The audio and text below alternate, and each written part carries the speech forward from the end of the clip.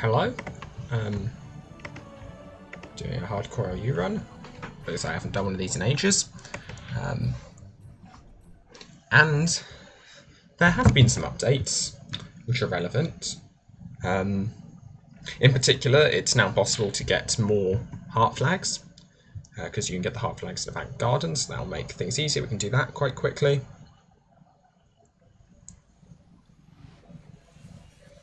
So yeah, I'm just gonna go on and give it a go.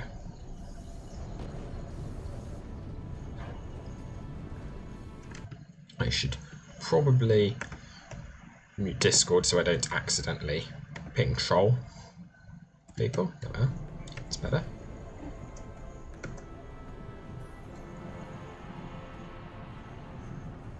And now in the immortal words of Mario, let's go.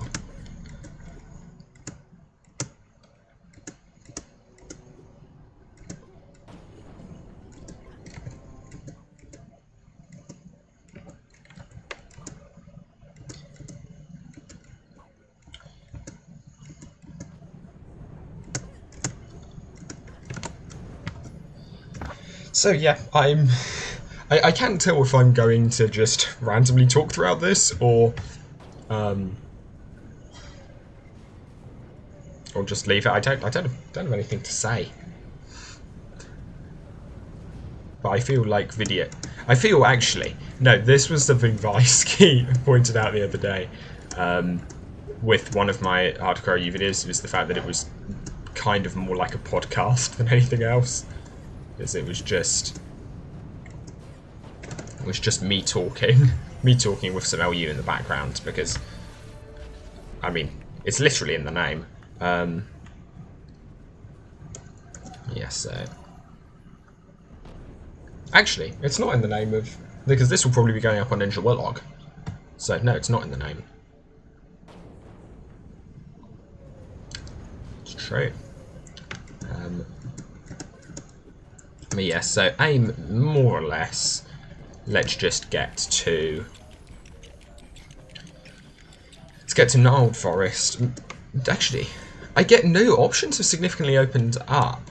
So the thing, what I really want to do, what the aim kind of has always been for these hardcore LU runs, is to reach a stage where I've got a good amount of health. And I'm kind of reasonably confident that unless I muck up really badly, I'm not going to die.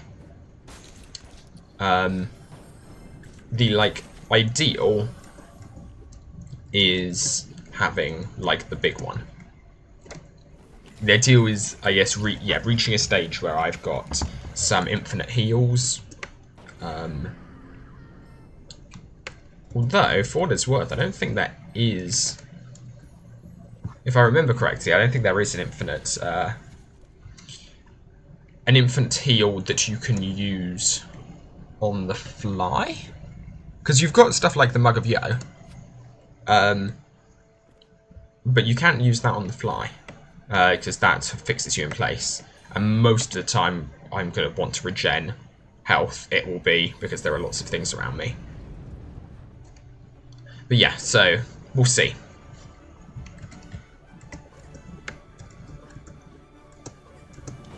We'll see how this goes. For now, I'm basically not going to worry about picking up lots of achievements, especially the grindy ones, just for the obvious reasons. That, like, I would quite like to have a large number on this, and I don't want to grind out a load of easy ones and then die and lose the run, so...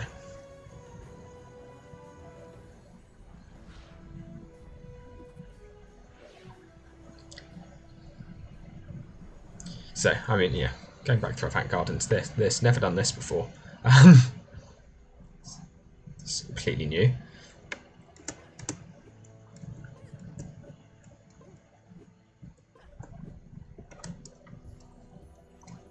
Yeah, so, for the sake of making conversation, you like physics? Sorry, but, jokes aside, this is Ninja Warlog. I have it so I can talk about physics and stuff. Yeah. So, some interesting thoughts. Or some stuff I've been thinking about recently, which I find really, really interesting, and I don't think I've spoken about on stream necessarily. I don't think I have, anyway. Basically, there are two really, really famous unsolved problems in physics. There's the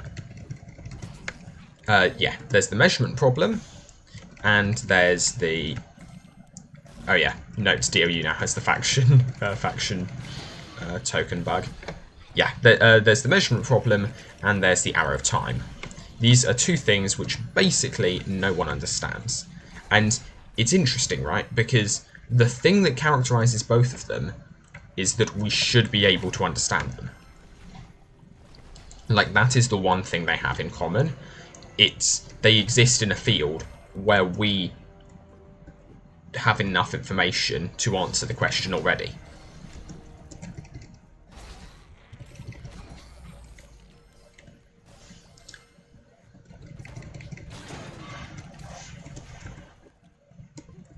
So basically, they both...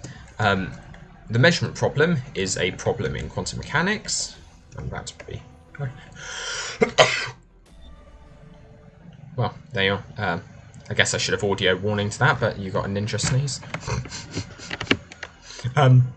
Yeah, the measurement problem is a really famous problem in quantum mechanics, but the thing is that lots of the stuff about it, lots of the things, they're pretty evident within normal quantum mechanics. So, or like the quantum mechanics that you'd learn first year uni. So, like, quantum mechanics, it's this famous... The thing that famously got Einstein to use the phrase, God does not play dice with the universe, or the German equivalent. But, yeah, and so it's really famous for that. And so what's the God playing dice that's referred to? Well, in the basic definition of quantum mechanics, as per the Copenhagen interpretation, which is kind of the standard definition of quantum mechanics many people use, and it's a little bit suspect, and that's kind of what I'm discussing, I guess. In the Copenhagen interpretation of quantum mechanics, basically, well, the notion of quantum mechanics is that things are both particles and waves simultaneously, and that's kind of somewhat agreed upon. There's depending on what you count as being a particle and a wave at the same time. That's okay. That's lagging. Not good. Not good. I also should be paying more attention because I didn't go and get any health kits, which is bad. But yes, so quantum mechanics has this fundamental relationship between particles and waves, and the notion is that this is a fundamentally and inherently probabilistic relationship. Specifically, Copenhagen interpretation of quantum mechanics states that, okay, particles are described by wave functions until they're measured. At the point where they're measured, they become, well, depending on what you measure them as, they might become described as a particle. And where that particle is probabilistic. So, more or less, quantum mechanics tends to state that they are that you have this wave function, which is something that behaves like a wave, and that it describes, mathematically, it describes the square root of the probability, the square root of the probability density, actually, that you'll find in a particular position. So basically, when you square it, it tells you where stuff is likely to be relative to other stuff. And there are all kind of... There are loads of questions you could ask about, I don't know, for instance, why squaring it? And a fun thing is that the fact that it is squared is what makes quantum computing possible. And what makes it not only possible, but so interesting, and so different from standard computing. And yeah, I was talking with a friend about this who had read a book. Oh, I don't remember the name of it. But yeah, he'd read a book on something like quantum computing since Democritus. Or it was since some Greek philosopher, I don't remember which one. Democritus was the atom guy. The guy who first came off the notion of an atom. I don't know if that was the guy in the book title, but yeah. Okay, and we're going to keep grinding because Maelstrom bricks are nice to have, because we'll need those in a sec anyway. But yeah, and one of the interesting things is that apparently the question of what you can and cannot calculate is using a computer based around a particular randomness. So, or based around the way randomness behaves. So, for instance, normally our probabilities, you take two probabilities, you add them up. You add them up normally. Just two numbers added together. However, in quantum mechanics, you add them and then square them afterwards. And that gives rise to some interference effects you wouldn't get with normal probabilities. Specifically, it's analogous to intensities of waves and intensities of light, etc., and how you take the intensity after adding things up.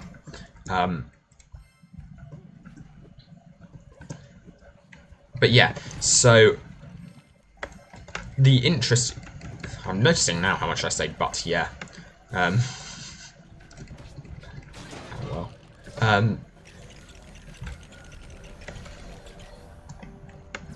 Yeah, so the notion... We end up with this notion that, okay, we've got these things called wave functions. They're these kind of inherently quantum objects. And somehow, when you measure a particle, it is suddenly... or when you measure a wave function, it's suddenly describing the position of a single particle. Oh, I know what I was going on about. It was the quantum computing from Democritus. Yeah, the reason why that's so interesting is that for those of you who haven't come across complex numbers are basically the answer to the question, what is the square root of -1? And they're interesting because there are questions you can ask using real numbers that cannot be answered using real numbers. So, for instance, there is no answer to the question in the space of real numbers, what is the square root of -1? That question simply cannot be answered. However, in the space of complex numbers, it can be answered. But the really interesting thing about complex numbers, right, is they're complete.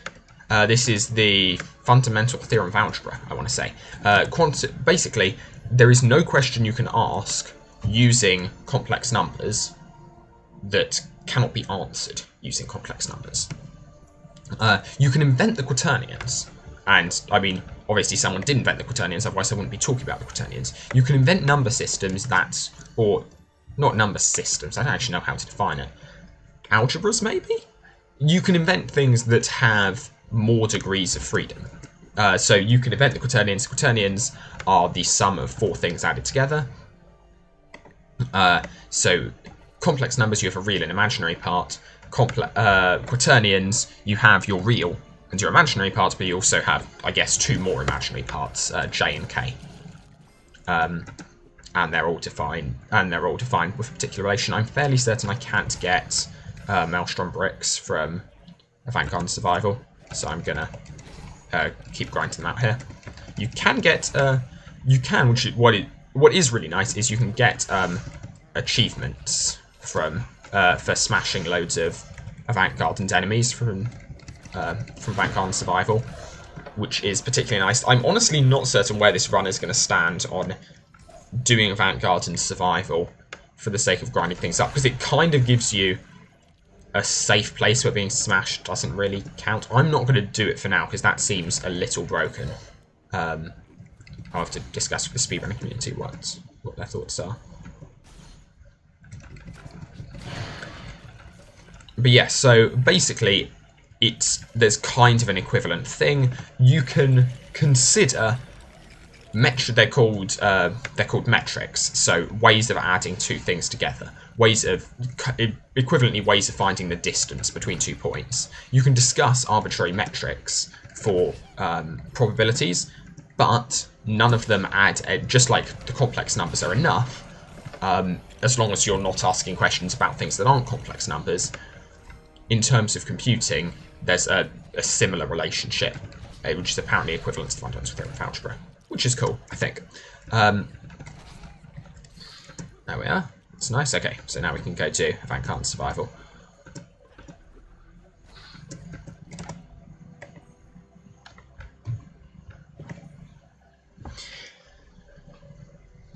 I possibly, what I should have done at the start of this run is run ahead and gotten all the heart flags. That would have been a good idea. Did not do that.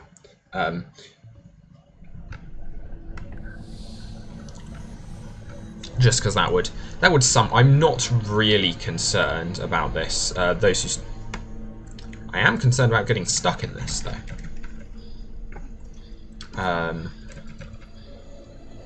What was the command? There's a command added to get you out of this. I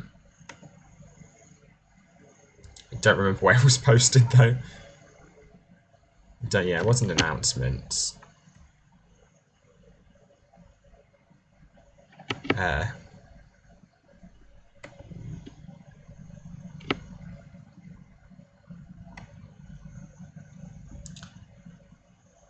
Okay. There was something like /skip AGS or something. I don't really want to skip it, but if it's, I don't know if I'm just going to try /leave. I'm fairly certain /leave doesn't. Oh, okay. They gave it double the stuff. Okay, cool. I think it may be a case of just retrying and hoping. I am going to run out of Imaginites, though. I mean, I can live with that, but yeah, so there's this notion... No, this isn't boding well. There's this notion that quantum mechanics is inherently probabilistic, and I would argue there is, to some extent, no complete evidence for that, because it's really, really hard to get evidence for something being inherently probabilistic. There's a lot of stuff saying like there are no hidden variables. There's some stuff relating to hidden variables, but that all seems to relate to assuming there is some aspect of probability. There are no hidden variables, and that's related to entanglement. That there's no way the two particles can basically.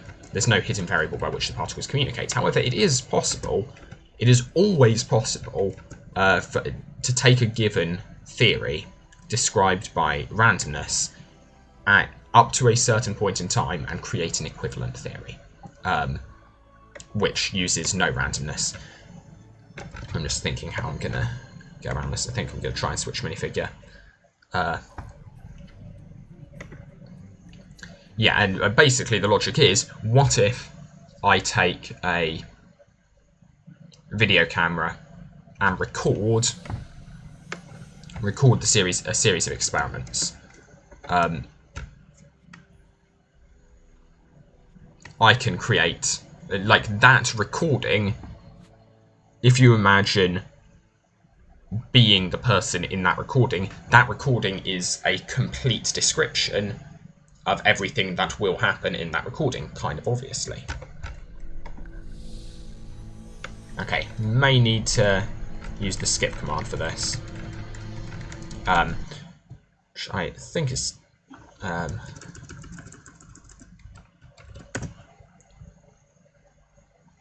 okay, yeah, /skip AGS. The most common crash is and issues to Benetton 2. There's now also a leave command, which can get you unstuck from Vanguard and Survival or Battle Infestation. If you keep getting stuck in a Vanguard Survival, try and run the client through the patcher again. Yeah, okay, that's what I did yesterday. So I'd be surprised if running the client through the patcher again... If running the client through the patcher again changes something when I've already run it through the patcher a second time and had it work in the past, but it's worth a try. I'm assuming this still picks up my LU stream. Or LU screen, rather, not stream. Okay. Let's go.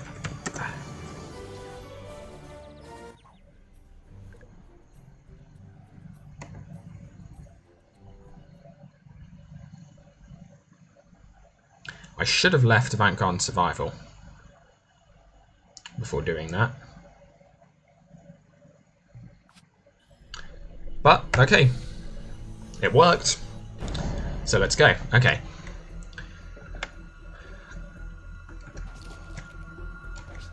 That was literally just instinct and not a very good one. I guess I've got enough health healing kits. So I think, to begin with, I think I can just wait it out, and honestly they don't. As long as I don't go in the centre, the things on either side won't see. Oh, hello. Oh no, that's bad actually, because... Okay, so yeah, this is the point where I think I just start running. I can't attack that guy, and I can't glitch it out of its non-attackable state. I don't have a trick for that. And I'm fairly certain it can attack me. Maybe it can't.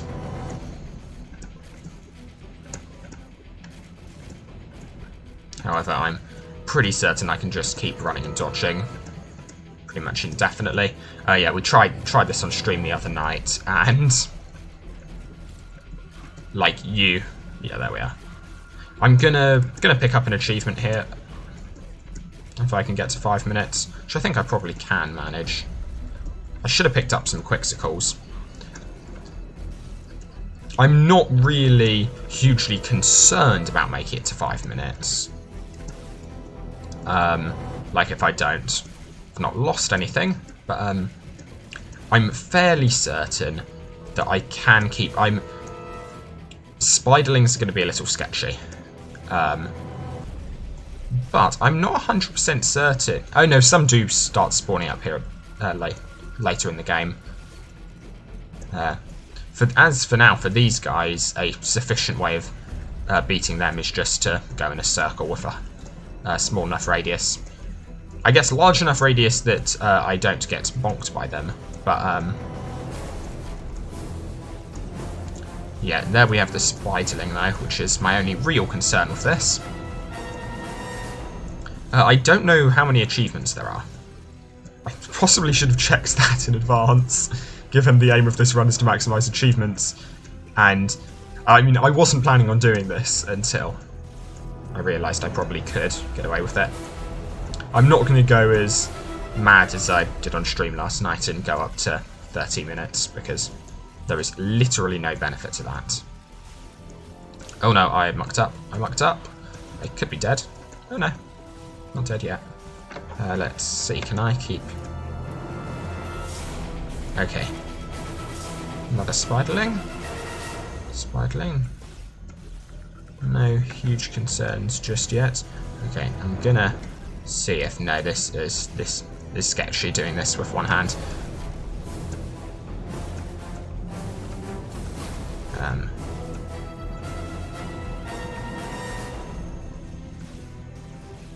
Okay, which tab do I think? Vanguard Survival. It's got to be the first one, right? Yeah, there we are. Okay, is Ultimate Survivor, is that single player? Single player in 10 minutes? Yes. Okay. Oh no, that's bad. Okay, cool. Ultimate Survivor, okay. Unstoppable, I'm assuming, is the team one. Okay, so I don't think there's... Okay, I think that's... Okay, so could go up to 10 minutes. It will get me an extra achievement, and I think for the sake of, if in the future the decision comes back to being you can only play through Vanguard and Survival once, because, like, technically you do need to die. And, like, note, this mission has not completed yet.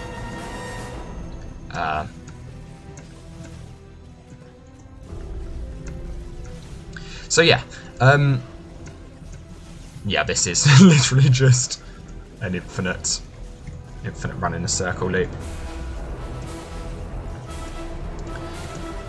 But yeah, so the question is, so the thing is, there's kind of this assumption that quantum mechanics is inherently random, and one of the things I started thinking about recently is, well, so it seems weird that it should be inherently random, and the reason why is the same reason that the arrow of time is such a major problem, and it's because the underlying laws of physics that are meant to describe the system don't have the property that we observe in it. So in the case of the arrow of time problem, the laws of physics don't really have an arrow of time.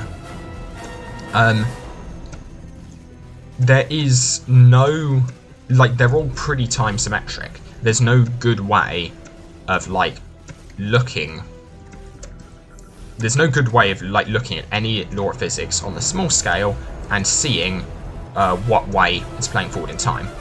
However, there seems to be some stuff with entropy, some stuff with causality, but those get really, really hard to describe, and really, really hard to talk precisely about. So, for instance, causality, well, actually, on a small scale, we don't really have any causal laws of physics. I should actually say that. So the reason I say there is no underlying laws of physics have an arrow of time, that's technically a lie. More accurately, I would say nothing that operates at the scale of our day-to-day lives seems to exhibit an arrow of time. There is something called CPT symmetry, which is, so the laws of physics don't technically have time invariance. They have charge parity time invariance. If you break charge and parity invariance, then as long as you also break time invariance in a certain way, CPT invariance is maintained. And so basically, you're allowed to break time invariance as long as you also do what's called a parity transformation on space, which I think is you basically let x equal minus x, y equal minus y, z equal minus z. You let t equals minus t, and you let q equal minus q. Oh, I was not paying attention to how low my life had gotten, and I screwed up. It could be. Okay, no. Still good. Just keep going. I guess I was actually doing something a little bad there, which was I was turning with W, which does slightly slow you down. It's not very much, but it does happen. But yeah, okay. I think. Oh no. But yeah, I think what we've also got here is that, assuming I don't do something stupid, which I will eventually. The question is whether or not I do it before 10 minutes. That you can indefinitely survive like this. And this is on a character with no additional health. I've used... Okay, I guess I couldn't indefinitely do this. I would need... I could only do it for as long as I had health kits. However, I started off with 26 health kits. I'm down to 21, so I've used 5, and it's been 7 minutes. I could fill up my inventory with health kits. And do this. So yeah, it's not the most interesting thing in the world. I think that 2 damage is a spiderling leg hitting me. Like, I think if with like even better / more precise movements, you could probably do this entire thing indefinitely. Because I'm getting quite close to the spiderlings on that curve around. I think if I took a better path, I could probably do this without being hit. This is not the path I intended on taking. Because I do also want to avoid aggroing the enemies down at the bottom. Because, I mean, I can do that. And that will... I can aggro them. But it's not... And, like, in theory, I can keep dodging them. However, if I get hit by... Really? Game lagged. Oh well. That's annoying. It's frustrating, but anyway. We got one achievement, which is free. Did not get Ultimate Survivor. Maybe you can go back, do that later on. Because, I mean, it is technically a... Yeah, it is a mini-game. I am also going to get a mission from him to survive for 3 minutes later on, so...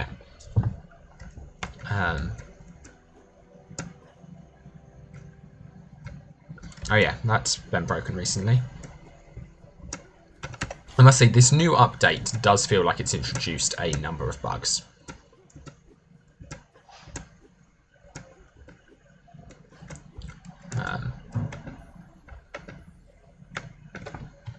Which, I mean, isn't hugely surprising. They did a huge, like, move of the code base. So, like, kind of expected. But yeah, so the question is, how can you get something that is, like, expressly disallowed by the laws of physics that underlie something to come out of those very same laws of physics? So we have the arrow of time, which comes out, which we can observe in, like, purely classical laws of physics. Or at least, we seem to be able to.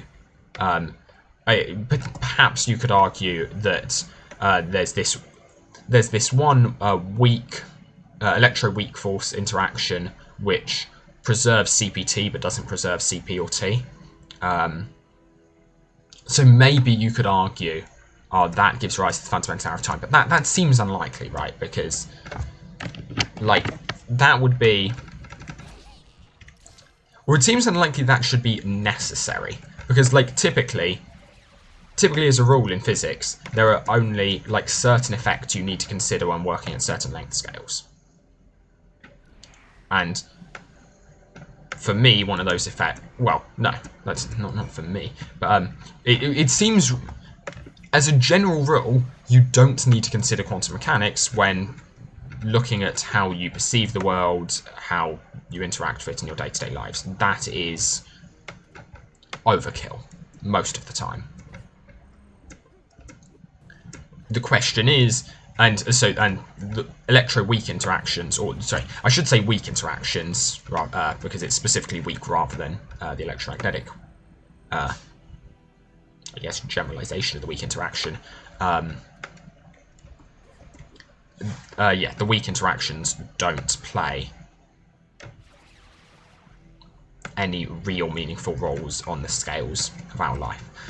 Potentially you could say that there are lots of them going on, and maybe that, or maybe in the early universe they did something that biased it, but it seems likely that if this is an emergent effect, it should be emergent of, like, something that you still get in classical mechanics, and we seem to observe it in classical mechanics as well. If I just consider beads on a string, I seem to get the same effect being observed. So, with that, the question becomes, yeah, how is this possible? And the best thing I've managed to argue for the moment, and this is the reason why I think this is actually a pretty reasonable topic to bring up on something like this, because it doesn't require any maths or anything. The answer I'm relatively happy with for both questions is that neither of these effects we appear to be observing this probability. Oh, I didn't actually describe in detail why the probability effect is so strange in quantum mechanics. The reason it's so strange is because the wave equation that governs how the wave function evolves, that's 100% deterministic. Which means somehow, at the instant when you interact with something, it ceases to be governed. Like, somehow, when you make a measurement of something, it suddenly knows, oh wait, I now need to be governed by something else. The second I make a measurement of something, it knows that, oh, wait a sec, now I need to obey a different law of physics, because the laws of physics that govern wave function evolution do not allow for this randomness. It's a differential equation. It does not exhibit any random characteristics. It is fully deterministic. You can evolve it forwards and backwards in time. Perfectly fine. And so, yeah, there's no randomness. You never change the amount of information in that wave function. And so the question is, how do we have an apparently probabilistic effect coming out of something that is... It seems really odd, right, that somehow the universe should know, oh, we're making a measurement of it, we're now going to use a different law of physics. It's not implausible.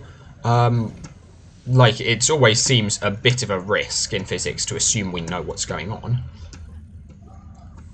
But the reason why I'm going back is to start picking up half lags. I might actually pick up some quick scores whilst I'm at it, just to make things faster.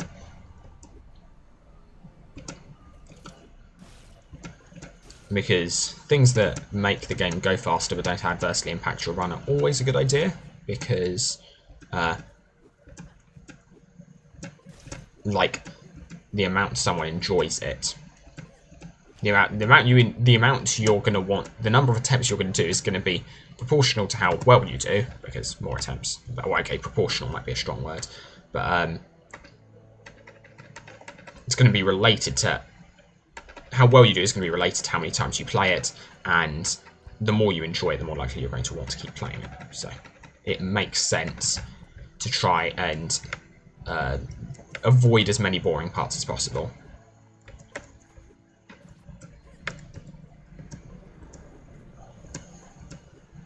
I think the thing with the bus might actually not be a bug, it might be the fact that they reduced the physics tick speed on the server. And maybe that's like the only place where it's actually noticeable.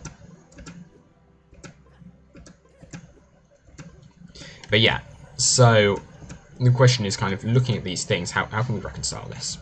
And like, my arguments have thus far, I started looking into this, and for the one system, I ended up tending towards pretty much the Copenhagen, not the Copenhagen interpretation, I had all my homies hate the Copenhagen interpretation. I ended up tending towards the many worlds interpretation, more or less, because my logic was, okay, what if we assume that the universe itself, and it seems a reasonable assumption, right? What if we assume that the universe itself doesn't actually care about the measurement problem? Or what if we assume that, let's go about it a different way, what if we assume that the laws of physics we have, which don't include the measurement problem, or which don't give rise to the randomness that is so problematic, what if we just look at their effects? Could we get anything similar to the measurement problem? And this is the question posed, as it turns out. I didn't realise this at the time, but this is the question posed by the many worlds interpretation. And basically, the logic is that, okay, we don't have...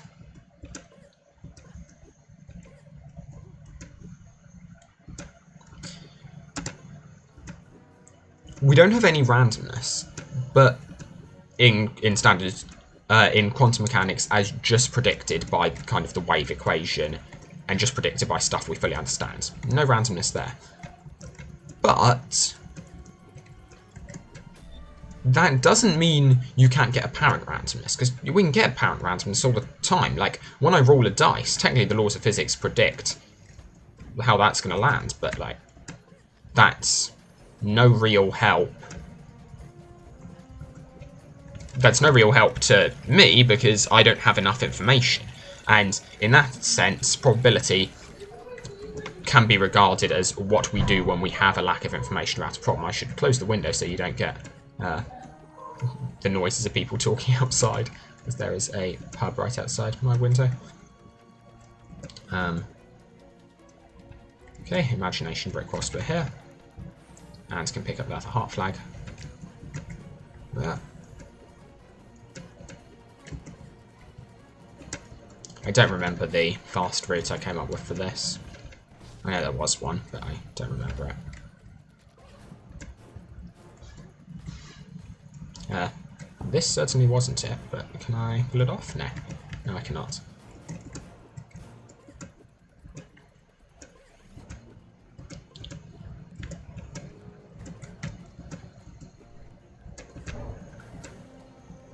Nice.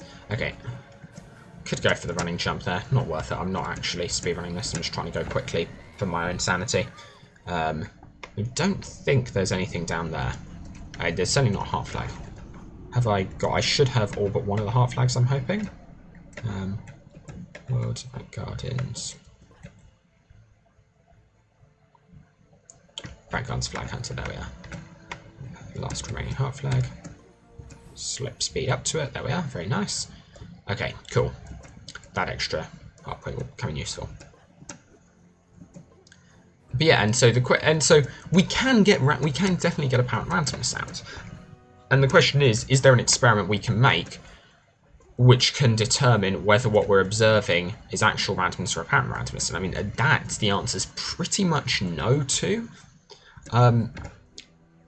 But it ends up getting even weirder. I don't know the probability axioms, and I need to look into them to kind of answer this question properly. But yeah, and I guess, I mean, it becomes interesting, right? Because you have questions, or you can almost come up with theories that potentially you could never decide between. Which is really, really strange, because, like, the laws of physics, right? How do we fundamentally decide what is a good law of physics? We decide what's a good law of physics by looking at it and seeing, basically, is there a high probability that this is what describes the world? Because we'll very rarely have something that... We never have perfect knowledge. There will always be multiple theories that could describe the world. I could always add a very, very, very small number to kind of... I should definitely have these in my hotbar. I can always add a very, very small number to the end of a theory, and I won't be able to kind of measure the difference. And so our decision as to what theory we choose is ultimately going to be probabilistic. It's also going to have stuff to do with random background noise.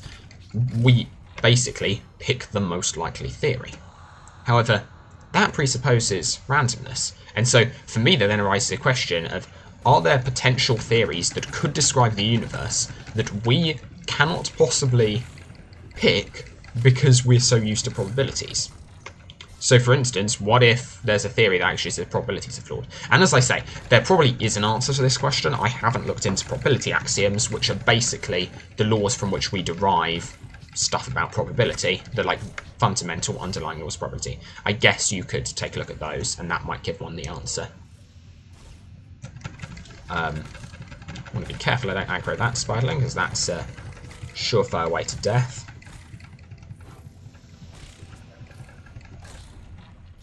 And don't step too far forward lest it see me. Okay, no, let's get... Again, there's a reasonable chance I could smash the next one without requiring those hearts, but not worth it.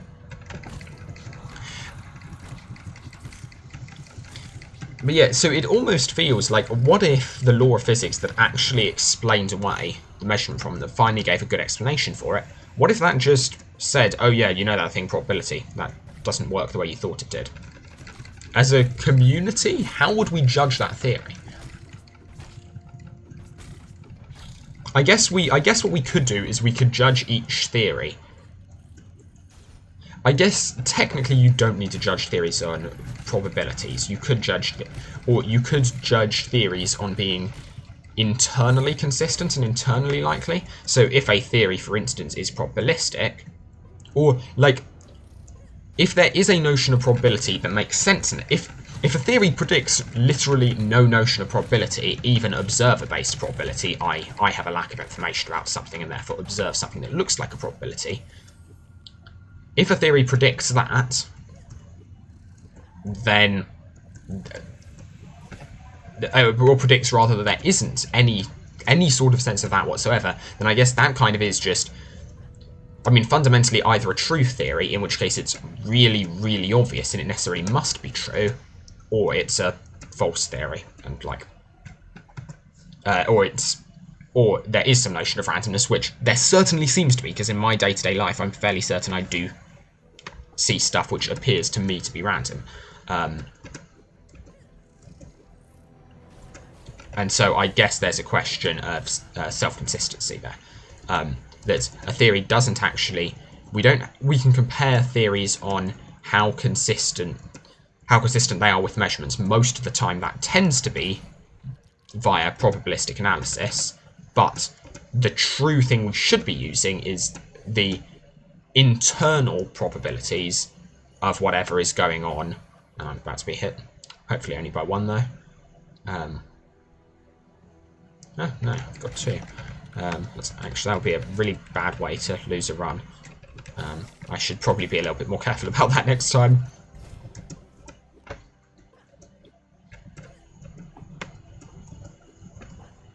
Apparently that's something that might have been affected by I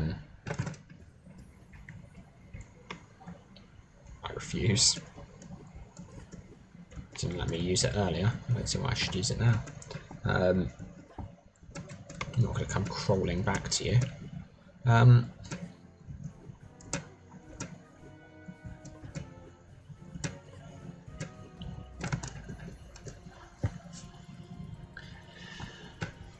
But yeah, so note what I did there as I began discussing this is I began bringing up the notion of probability as an inherently observer-based thing. And this should seem kind of reasonable, right? Because we know that if different people have different amounts of information, they perceive different probabilities. If I toss a coin and have looked at the coin, well, for the person for whom I tossed it, there's still a 50-50 chance that it will go either way. But for me, I know exactly what it is. I have more information. And so, probabilities are inherently dependent on the information of the observer describing the probability.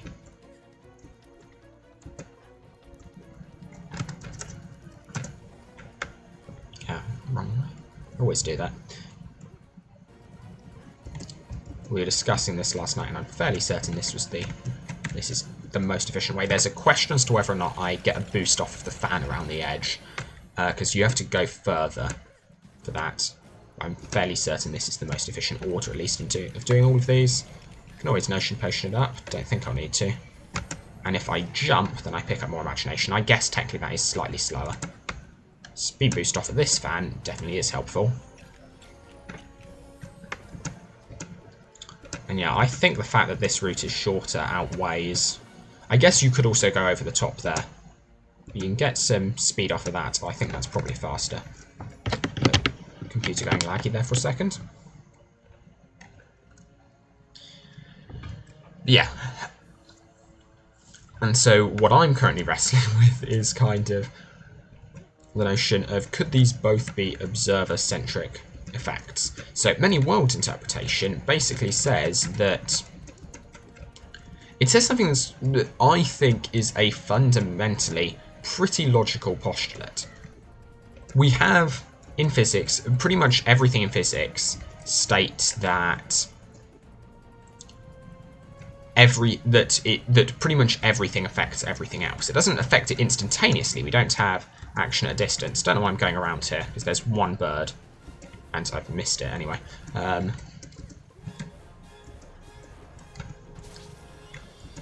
yeah, most laws of physics don't predict action at a distance, but they do predict that basically everything interacts with everything else, just not instantaneously. So, the simplest example is almost everything in physics has mass, and gravity is between any two objects with mass, no matter their distance. And so, we say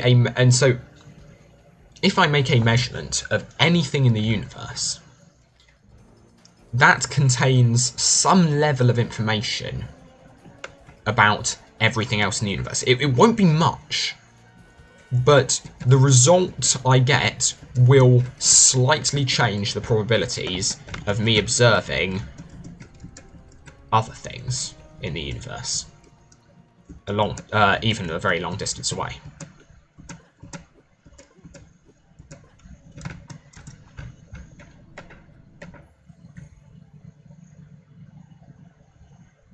Isn't vector long view short-sighted?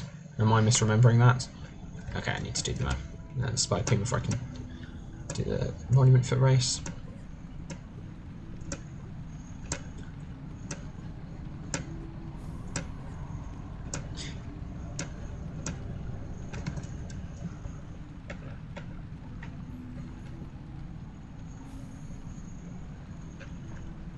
Kind of calming rain noises, honestly. Oh, I nearly just went and did that. Okay, I'm not really paying attention to my game plan, and I possibly should be. As long as I play this well, I should be fine, but I can't talk to those vendors yet, and I'd prefer to have more health kits at the ready. Basically just more stuff to throw at this fight. And I might as well sell stuff whilst I'm at it. Because it's Hardcore LU, I can't use most of this stuff. And normally it might be worth keeping kind of expensive items in your inventory because, you know, you could be smashed at any moment, but, well, there's not exactly a risk. Not a risk when you're... when the game ends if you get smashed, so...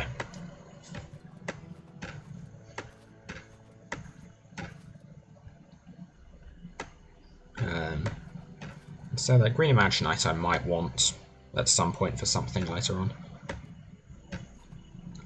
We'll save that, because we do need that. Do need those, rather. Do I get... I think I want more healing kits. I know I can do it in fewer, in like a reasonably low number, but I think it very much... Especially given the time it takes to get back to this stage in a run, it's far better safe than sorry, and I'm not low on money. So, makes more sense. Yeah, I know what I said earlier.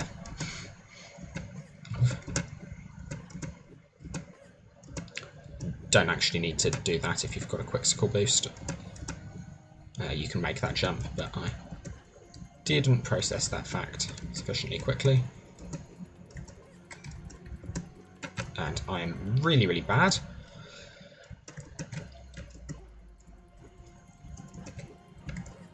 So, what if everything in the universe was interacting with everything else? If we just use, like, standard quantum mechanics, that tells us if the state of one thing affects the state of something else, and like a measurement would give you some information about the state of another thing, that's basically known as entanglement. And this suggests that everything in the universe is entangled. But that also includes the observer.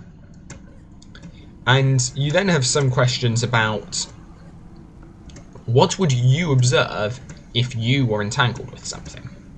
And you can kind of like basically look at some maths for this. And I mean it's very kind of basic and hand-wavy maths, but it's something that I can't really do on the stream. But it's the question. It's basically quantum mechanics allows superpositions of states. However, if I can be conscious of the fact, at a point in time, we can, okay, hypothetically, we can imagine an observer. Oh, 5 hearts is actually going to, 5 health is actually going to be quite nice for this fight. It will help out at 1 point, because there's a point in certain series of attacks where you can be taken down to 3 health and then smashed in the remaining shots. So, okay, now we get into this. This is going to be a reasonably slow fight. Reasonably slow until we get to the spiderlings, and I should stop talking for those because I should not be distracted whilst doing them. Yeah, so that's the kind of thing that can smash you. It's when you get those two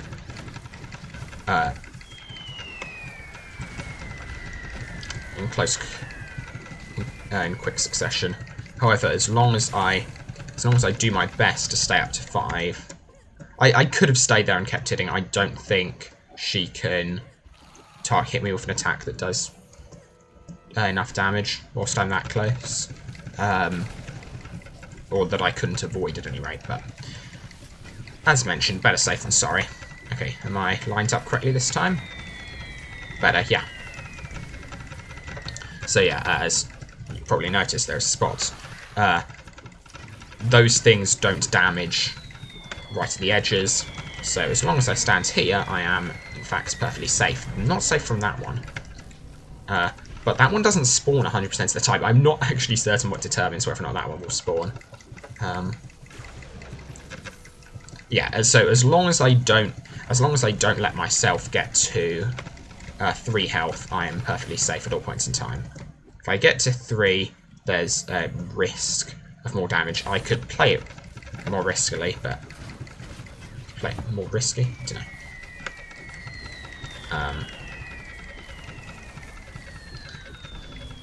I think internally maybe the server's like, he's either been hit or he's not been hit by one of those things. Okay, this is where it gets hard. I'm gonna stop talking about stuff because these spiderlings are. I had an idea for a potential strategy I could use on them the other day. Where's the other one? Okay, one there, one there. Can I get through the trees over there? I think a better idea is going either this way and aggroing that one. If I can manage it without falling off. This would be a really stupid way to die. Okay, let's get over here. As long as I can get up to the spiderling and start hitting. 5. It's not that powerful. Yeah, in terms of health points, it's reasonably safe. I do have these to hand, which I can use, but I would like to save them for the ones later on. And as long as I can stun lock this, we'll be fine. They have significantly less health than normal spiderlings and deal the same amount of damage. Yeah. And there are only 2 phases of them, from if I remember correctly, so not a huge concern. So yeah, basically what we can say is that if I exist in a pure state of I am completely certain about something, about the state of a thing I might have, let's say, in the past or in a parallel universe, just hypothetically, I am completely certain about something that I might want to measure.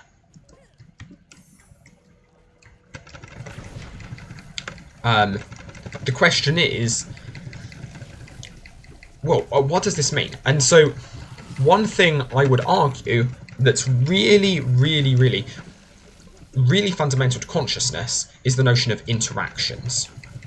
I am not conscious of that I have no consciousness of that with which I'm not interacting. We know very, very little about consciousness, but I feel relatively safe in making that statement. Just because it seems like quite fundamental that consciousness is somehow related to you knowing stuff, or I can't be conscious about which I know nothing. And one really fundamental thing in quantum mechanics is the fact that everything is described by, as mentioned, something that looks a bit like a wave equation. However, one thing wave equations have is the principle of linear superposition. I don't. Can't if that. I'm pretty certain that was not a knock for me.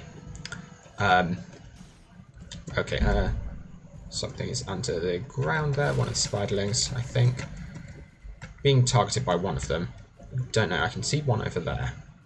Okay, and one to the back. This is not brilliant. I don't think I can get... Don't know how close I can get without that one seeing me. Yeah, okay, it did see me. And this is why I think it's the first Avant Guardian mission is brilliant. Okay, so I should be able to get these two over here. They should eventually pathfind over here. There we are, one of them's here. So one of them's done some damage to me already. Let's keep... Oh, okay, we've got all of them. All of them. We'll swap out. Ideally, I'd like to get them synced up, which is... Okay, yeah, this is where it gets hard. Okay, those two are synced at the moment. That was bad. That was bad. Okay, I'm gonna start using this. Start playing this quite carefully. Okay, let's run through the center. Hopefully get them and keep them quite synced up.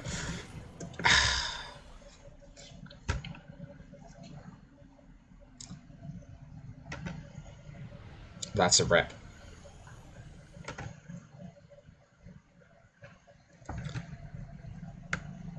I think I'm going to keep going.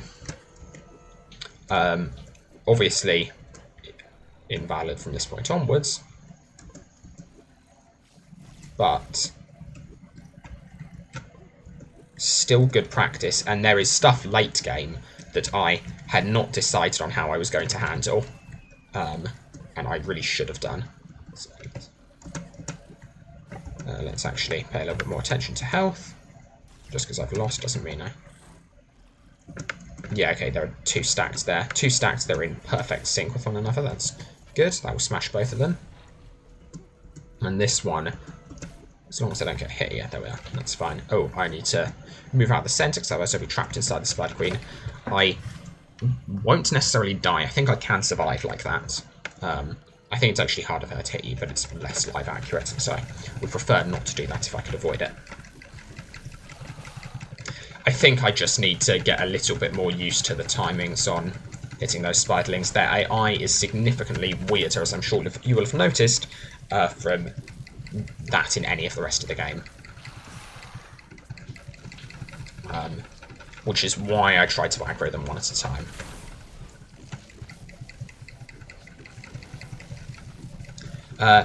Yeah, so, yeah, quantum mechanics has this notion of linear superposition, and a really fundamental thing is that if two things are linearly superposed, you can't transfer any information between them. That's kind of by the definition of linear superposition. Two things don't interact if they are linearly superposed. And so, what I can say is that I might be in a linear superposition of something else, but the consciousness cannot extend past that linear superposition because they're not interacting. There's no way of having any information or anything going between the two of them. They must behave completely independently. Yeah, I guess that is the easiest way of stating it, actually. Two things which are in a linear superposition are independent. Which means that I have no way of... it's fundamentally impossible for me to make a measurement which will tell me whether or not I'm in a superposition of something else. But what this means is I could be in a superposition of something now. In fact, I could be in a superposition. Let's say I have a coin and I've tossed it in a quantum fashion. If I've done that, I've tossed my coin in this quantum way. Let's say it's in a state where there's a 50% chance of me measuring it to be up, 50% chance of me measuring it to be down.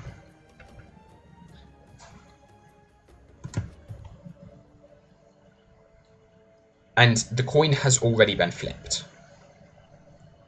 Now, I know there is some interaction. There is some interaction between myself and that coin. Be it... So, in order to say it is heads rather than tails, I need to know that there is some way of distinguishing heads and tails on that particular coin. In order for me to ask the question heads or tails, there must be some difference between heads or tails. But that some difference must be something physically measurable. And everything we have that's physically measurable interacts at interacts with all things at a finite distance. No, that was not what I meant to do. That's what I meant to do. There we are. Yeah. Everything physically measurable interacts with something with all other things at a finite distance. I'm a finite distance away from the coin, therefore I must necessarily have already interacted with it. I don't have any information myself, but I have interacted with it. And so if we imagine there was a me who had never interacted with it, and we just willed the coin into existence,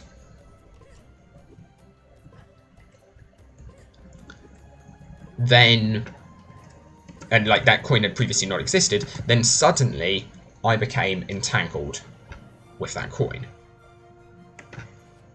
Because you could make a measurement of me, and the measurement of my state would affect the probability, even if it's just in a very, very small way, of the coin being in any particular state. And that's basically more or less the definition of entanglement. Or of quantum entanglement.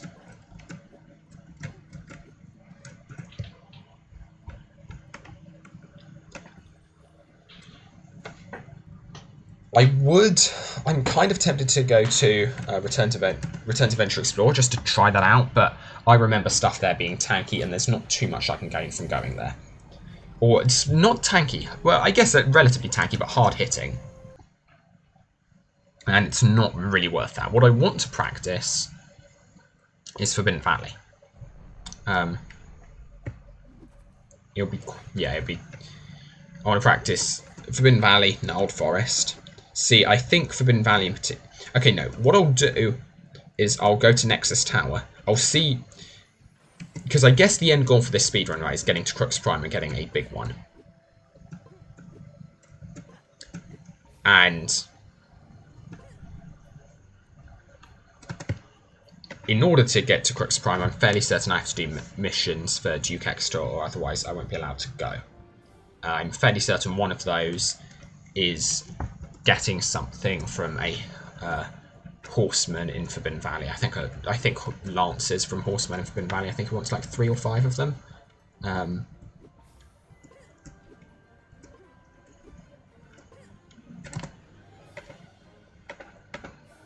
It's the second time I've done this mission today. That's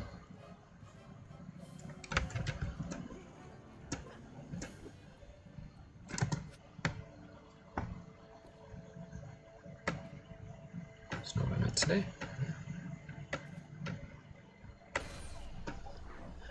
That is also not the piece I'm meant to be replacing. Let's just drop that. Replace. Right. I was kind of happy with that. I don't think I did not click the right button. Okay, let me just drag that into place rather than onto my character. There we are.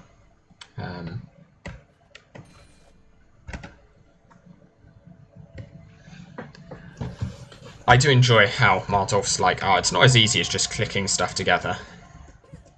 And then you just click stuff together no matter what he approves. I do enjoy that. I mean, I know it's for very obvious reasons, but I'd like it more if there were like a 50% chance that he'd say, "Now that was rubbish, go and try again." And then you could just get on a losing streak and have Mardolf really, really hate you.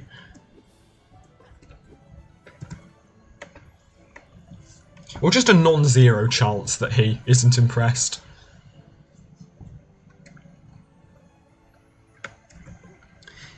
But yeah, so the notion basically is, what if effectively the measurement, any measurement has already been performed? That seems like a really, really kind of unreasonable statement, right? Like, you've already performed a measurement, but the thing is, the things have already interacted. They always necessarily have interacted, and like, pretty much everything that defines a measurement is, they state, so the Copenhagen interpretation states that a measurement occurs when a quantum system interacts with a classical system. Obviously, that's a little bit problematic, because surely if quantum mechanics is a good description of the world, then all systems are quantum. But you can get around it with the notion of decoherence, and saying, oh, well, it's actually when it interacts with a large system that is well described by, or that is necessary, it is necessary to use the laws of thermodynamics to describe. Has this been implemented so you actually have to get everyone playing at once to get the imagination brick? If so, that's a first time that's been implemented on any server. And it's a little bit annoying, if I'm honest. That's cool. I don't. It might be the physics for it is a little bit dubious, or whatever triggers it is a little bit dubious. In the same way, the bus in Avant Gardens was a little bit dubious earlier. Or the ambulance. Don't remember which it is. I know it's one or the other. I know I get told I'm wrong. Seemingly whichever one I pick.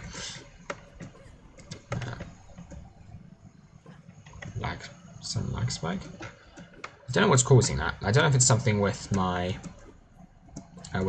with OBS that's causing that, or what it is, but whatever it is, can live with it. Well, actually no, I died to it in survival earlier, so I very literally cannot live with it. But anyway, it wasn't what killed the run though, so you know. But I guess there is a risk of that killing a run actually, if that happens, which would be annoying.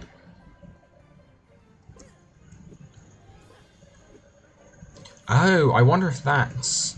So it's only just started happening. I wonder if it's related to the server-side... It shouldn't be related to server-side ghosting. I'm thinking it does happen when moving to new areas, but the thing is there shouldn't have been any server-side ghosting going on during Avant Garden survival, because no objects are spawned outside of the survival area. Let's pick up flags. Why not? We are here, after all. Where's the other one? There, okay. And let's... Before this guy asks us to buy stinky fish from him, let's do the main strat for the next portion of the game, which is firecracker everything into oblivion, because range is nice. No, I'm not gonna... I know I'll get that mission later on, but I'm not in any rush to do it. Alright, let's get 20 of these, I think it is. I should really know how many, so I don't get... Gonna get an extra one in case... how many is it? Should just check. What is it? Presumably in general. Back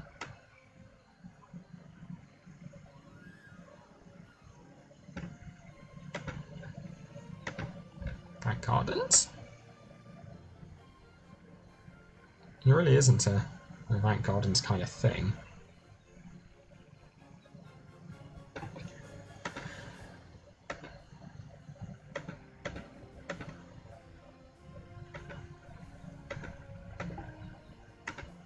Where is... Oh, I don't care, honestly.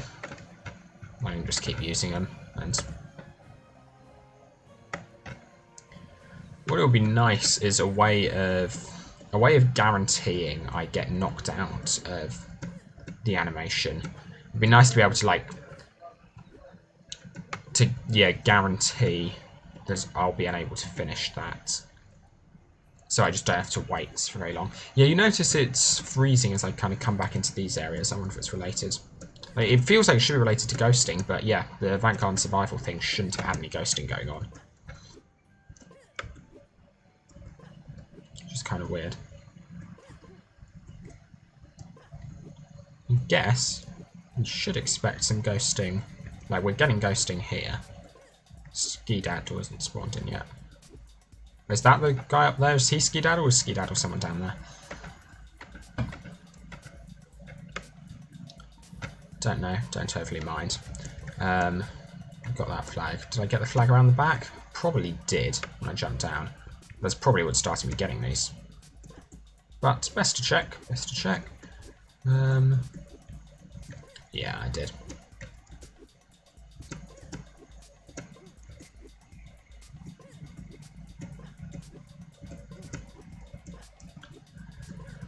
So yeah, can just keep going.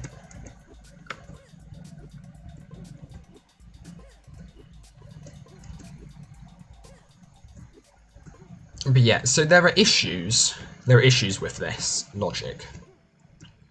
Because, yeah, that very definitely happened when I walked back. Okay, can I trigger this manually? Wait for it. Okay, it didn't freeze just then. I was kind of expecting it might.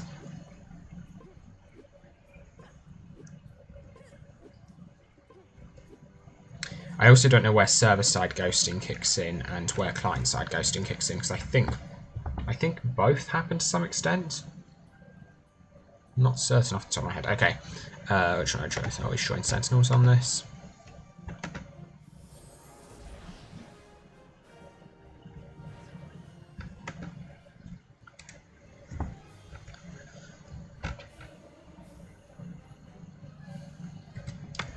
Because this is my only remaining account, or only remaining character on this account, and might as well get the last remaining faction I don't have yet. Do this, read the book, because it currently doesn't check whether or not you've read the book before letting you put this on, as I found out earlier today. I got very confused when I couldn't read the rank 2 book. Now I sell all of this because I need literally none of it. Nothing it can really do that will help me that much. Can't use it. So that would be against the rules. Yeah, 1 Sentinel Super Soda. Was wondering how much that was. So that's actually that's a better deal. That was 1,000 coins and a large number of faction tokens. That's a better deal if you want to get Blue Imaginite than, or it could be, I guess it depends how many faction tokens you have. I know I was my limiting reagent was faction tokens. Back on getting Blue Imaginite for my old account, and that was back when it was bugged and it was really cheap. There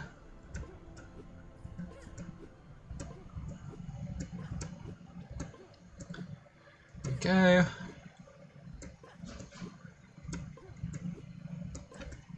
Ripples in the water mean sharks. I like how I just froze when the game froze.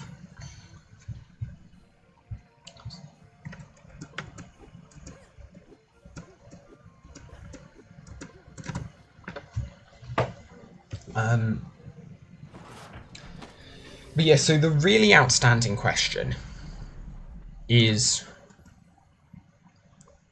sure, maybe it is something to do with limited amount of knowledge of the system. That seems reasonable. Maybe these things are all interacting. Why do the probabilities go like the square? And that's something no one's worked out yet with. That is like the main flaw with many worlds, that the probabilities seem to work using a square.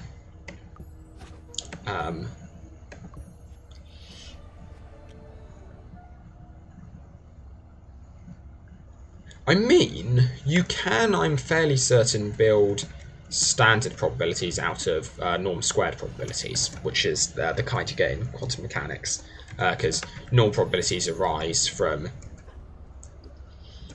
Oh, do they actually? I was going to say, so they arise from when you have uncertainty about the phase, but how do you have uncertainty without making an implicit reference to probability, which might not be of the norm? Which I think probably isn't of the norm squared variety. Don't know.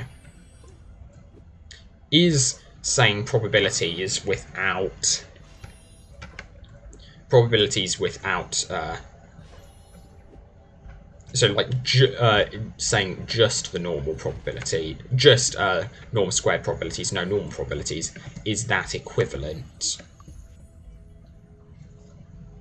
in some sense, to saying just the imaginary numbers without the real numbers? In which case, arguably, I mean, neither of them are closed as a field. Sorry, that's a lie.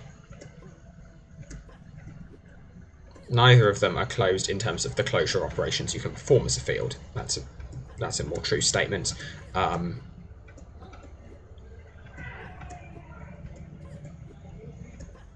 Don't know if you could hear that outside my window, but that was strange. Yeah, neither of them are kind of closed under the closure of operations you can perform on fields, but... Okay.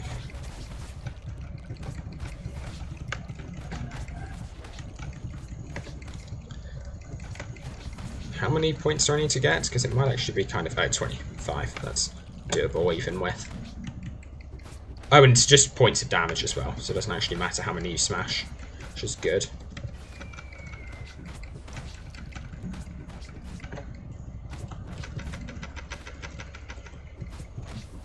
There we are. Sufficient for me.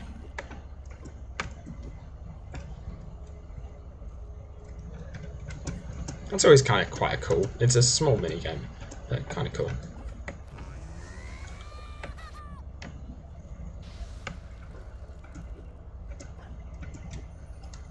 Yeah, there's a mission for that. Don't know why it didn't appear, but... Oh, not a mission, achievement. Just keep doing these, because if we do enough of those, we get everlasting hiccup tablets, which are, in my opinion, one of the nicest items in the game. The knowledge that you can do this and of how good they are. Totally courtesy of Funky Yugaman.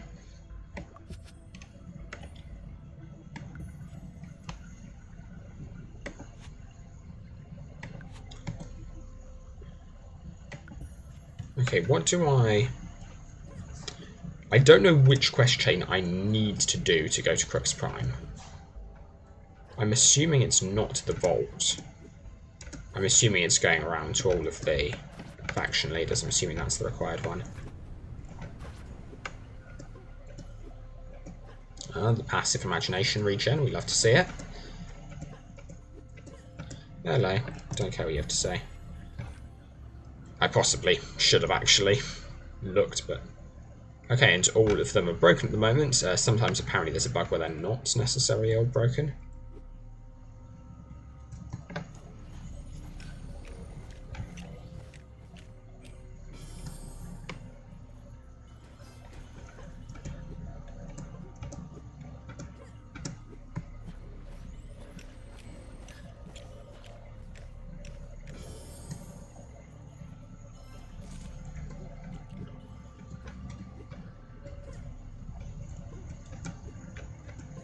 When they don't break properly or something. It's interesting that these are all done as you have to build all the separate pipes. You can't build the same one twice. That's presumably why they have the different things up there. They also broke very quickly. Glad I'm not a member of Assembly with that building prowess. This one's not breaking though, which I think is a bit of a rip for the person who tries to do this mission after me. Oh, I'm bad.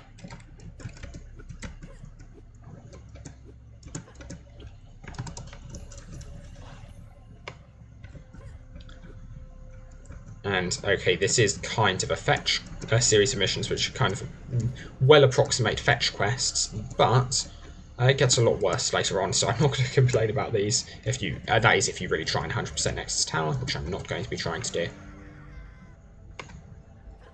I'm avoiding Nexus Naomi just so I know. I'm fairly certain it'll be these missions I need to do before Crux Prime. And let's just double check, because I can reasonably quickly on the way out of here do so. Whether or not... I'm assuming I still can't. Yeah.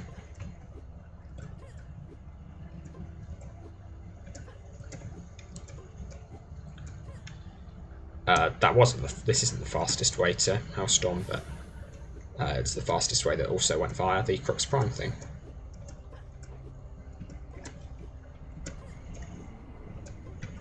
Whilst I'm at it, let's pick that up.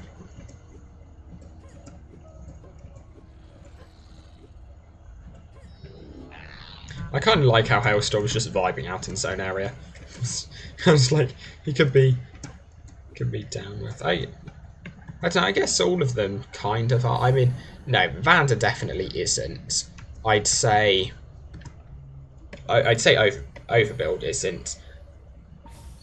I know, he just feels like it's very much, I've got to randomly get up.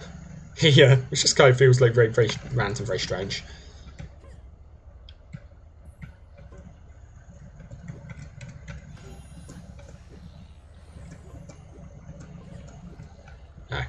I thought there was someone else's jump on a jump on a what are they? Launcher fans, jump pads, whatever those. I don't actually know what they're called, because I normally would refer to them as a fan, but I don't know what the generalized term for them is. It also annoys me with this mission that you can't just go straight in a circle. I mean, you could if you began from this end, which I guess isn't an awful idea, but it feels like you should be able to go down to the nearest one and just keep going around. But the model is not such that it's possible, unfortunately.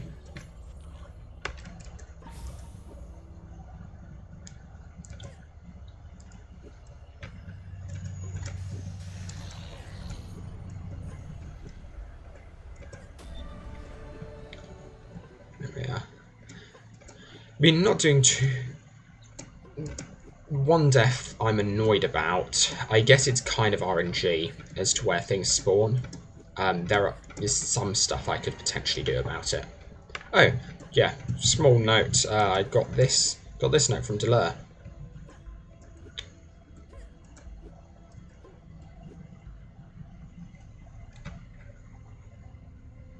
I never realised that was the thing.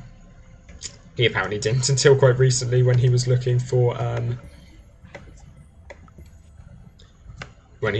chests, and there's a chest behind Duke Exeter there. I'm not certain how I managed to miss that, honestly, when going for the chest behind Exeter, but I did apparently. Because I think there's one that spawns in. There's something that spawns in behind Exeter, which you need to find for a quest at some point.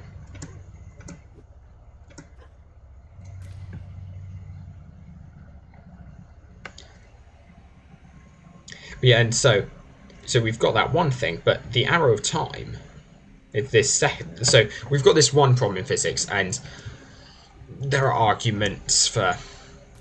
I personally really enjoy... There are multiple interpretations. Some people suggest that, well, maybe it's just there's an extra part to the law of physics we haven't observed yet, which is when systems get larger. Or like when you have large numbers of things, something different happens, which like is definitely plausible. I personally, I would prefer to be certain that it does not exist inside our current laws of physics first, before going to adding a new thing to them. But it's not implausible. Not implausible that they couldn't exist within our current laws of physics. Dark Souls, you died. Yeah, it's not. It's currently not implausible that they don't exist within our current laws of physics. They might not, but I don't feel that's been ruled out. The question is whether or not it can be ruled out, which is a huge thing that I know as a kid I didn't really realise about theories. But in order to be useful, theories have to be testable. There has to be something you can, some experiment you can do to distinguish them. I feel the nice thing about many worlds is I'd argue it on its own doesn't have to be testable, because it doesn't suggest, or if it works at any rate, it doesn't suggest any new physical laws. There is still obviously a huge question as to whether or not it works. And I'm also not 100% certain. I haven't read too deeply into many worlds. It may even be that the theory I came up with and that I've discussed doesn't actually correspond to many worlds. It might be a completely different, completely unrelated. Well, it's definitely not completely unrelated. It has the same notion of, okay, let's try and play with determinism, because the laws of physics we have seem to be deterministic still. So, or like the ones we're certain about and understand seem to be deterministic. Can we build the other ones out of the ones we have before we invent new ones?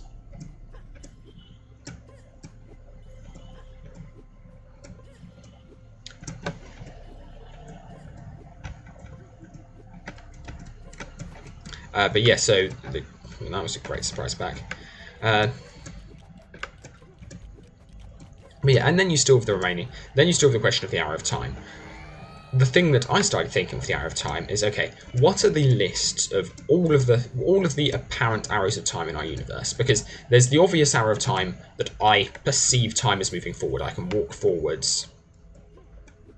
I can walk forwards in time. I cannot walk backwards in time, as it were. All the other dimensions, I can go either way I like. Smash Stroming Ape or Admiral and get its anchor. Return it to Duke to Nexus Tower. Wait, return it? That implies it was to begin with. Or one or the other. Well, I know which I'll be going for. I guess, actually, arguably it might be safer to go for Stroming Ape, actually. Actually, neither can one-hit kill me now. In the past, they'd have both been able to one-hit kill me. Neither can at the moment. Okay, what's the game plan for Gnarled Forest? I think the best shout is to try and speedrun it.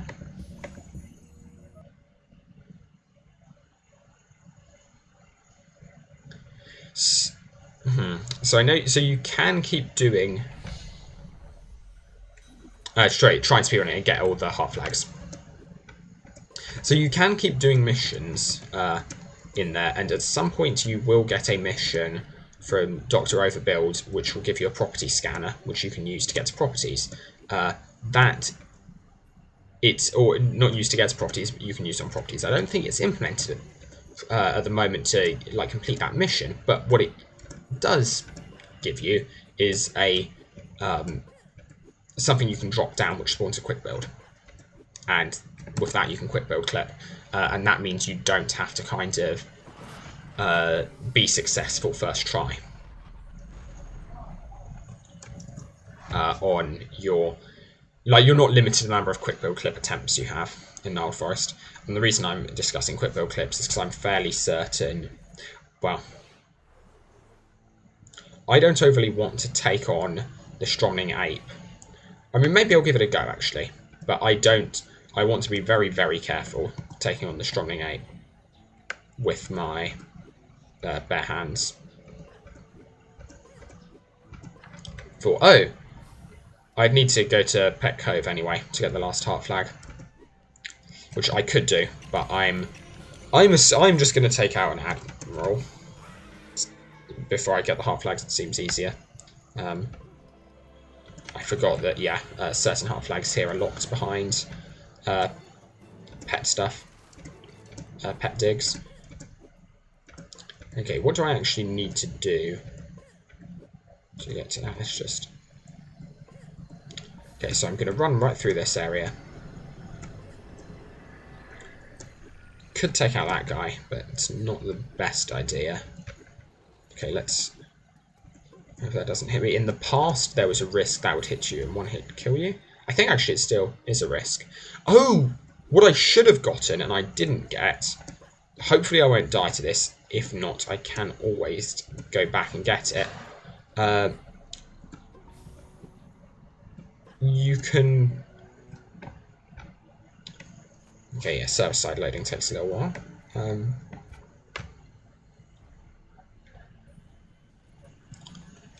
Anchor this guy.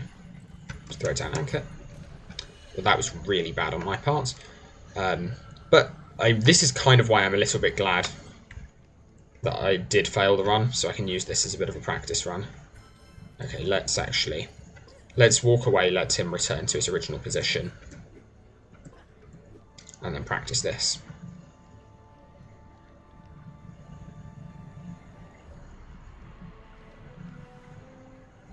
Okay.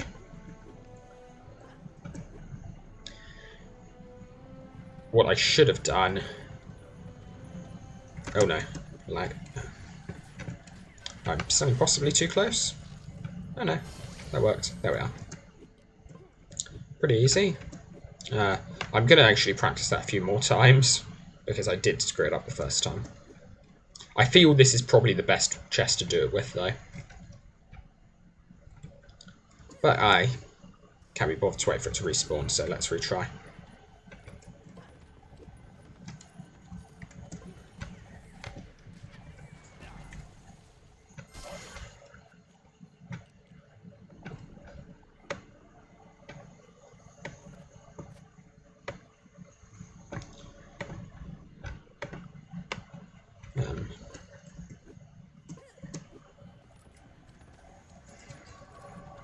Don't want to get close enough that just one of them notices me. Throws anchor down. I've got to be better at avoiding that anchor. But yes, so there's like a list of things which seem kind of indicative of arrows of time. They're kind of laws of physics. But... And they show time, timing invariance. But the thing is, or they show that they care about direction of time. However, if you look closely enough, they're not real laws of physics. So, first example I'd go for is causality. Okay, that's okay. I ran back into that one, but that was what I was worried about with the other. With the strategies before that guy coming up. Maybe I should use a Quixocle to be safer.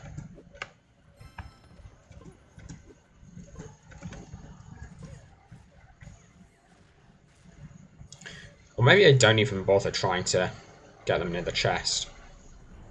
That feels like that's the really high risk part of this.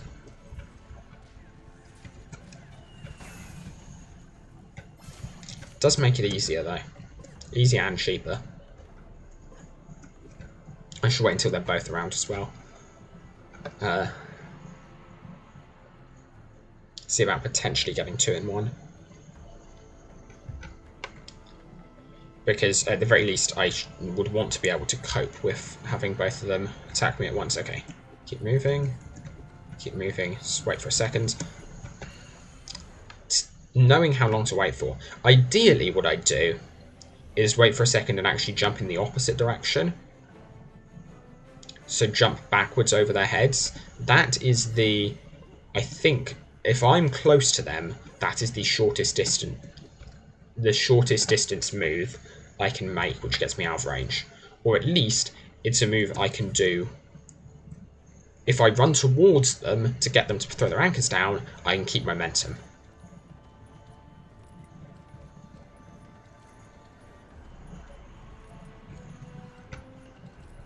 No, I just got the one. Not good enough.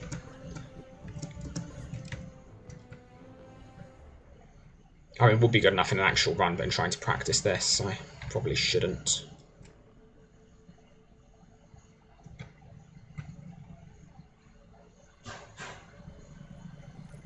But yeah, so you've got a list of things. And the most obvious one, arguably, is... Well, no. Yeah, I think the easiest one to intuitively understand, at the very least, is causality. The fact that, at least insofar as... this is bad. This is really not ideal.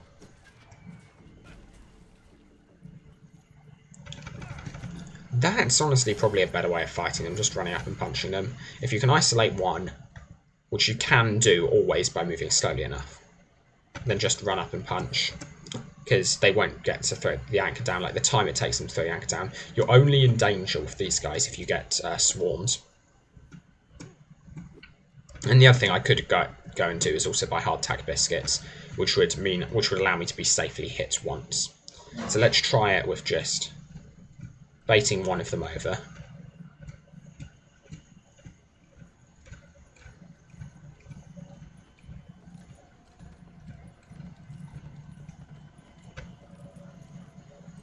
Playing a little hard to get.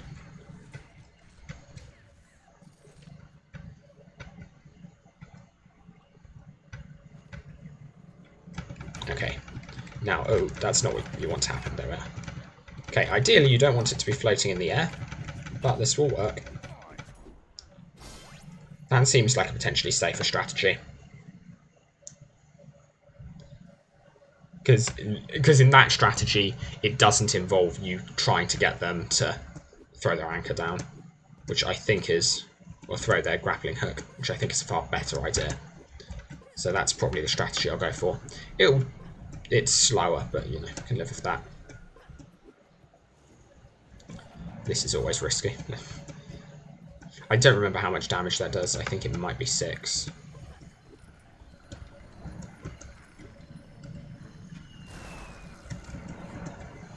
Didn't even need to do that, I'm just a mean person. Okay. Let's keep going. So I think the aim of this is just Crux Prime. Crux Prime or bust. Or, I mean, really what I think that's a reasonable aim for this as a challenge run. Is trying to get to Crux Prime.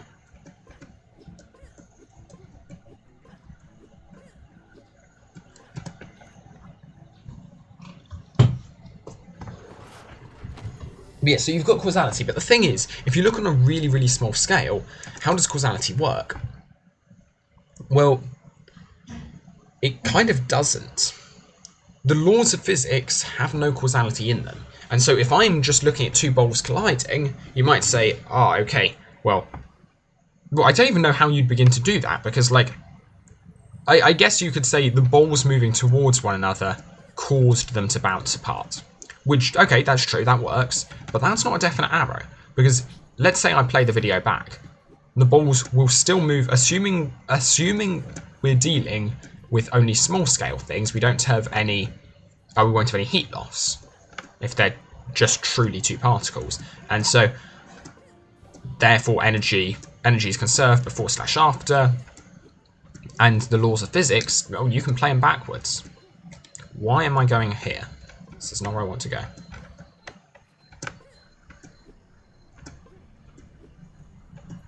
And yeah, if I then just play those laws of physics backwards, I watch the video in reverse, and the two things look like they've collided, and everything appears to work in exactly the same way.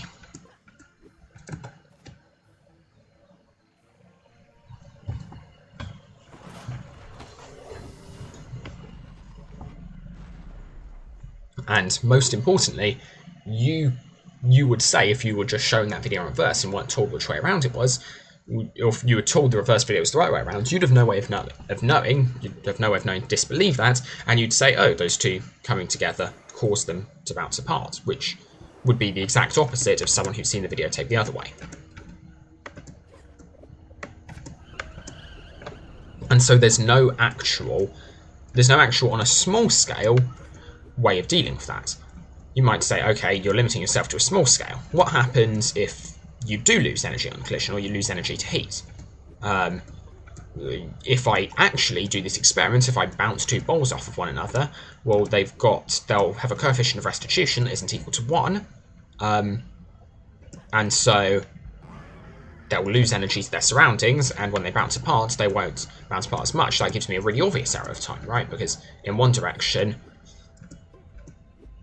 you have, as the two balls come together, in one instance, they just kind of magically get a huge burst of energy from their surroundings, which that gives you like that gives you a really clear arrow of time.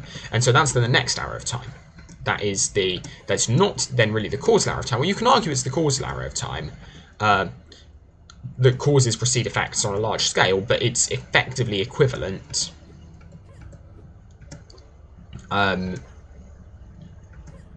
Yeah, it's pretty much equivalent to the entropic arrow of time then, which states that in the past the universe was more ordered, and in the future it becomes more disordered.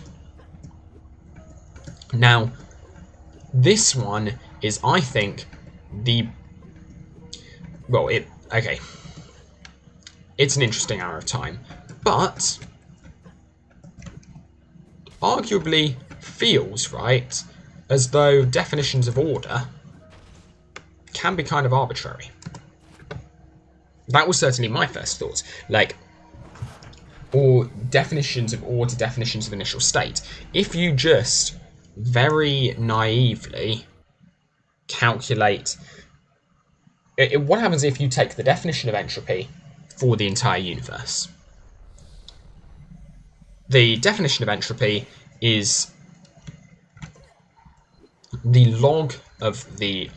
it is the expected log of the probability, or the negative of the expected log of the probability of any event occurring. What does any of that mean? Let's say I'm tossing a coin.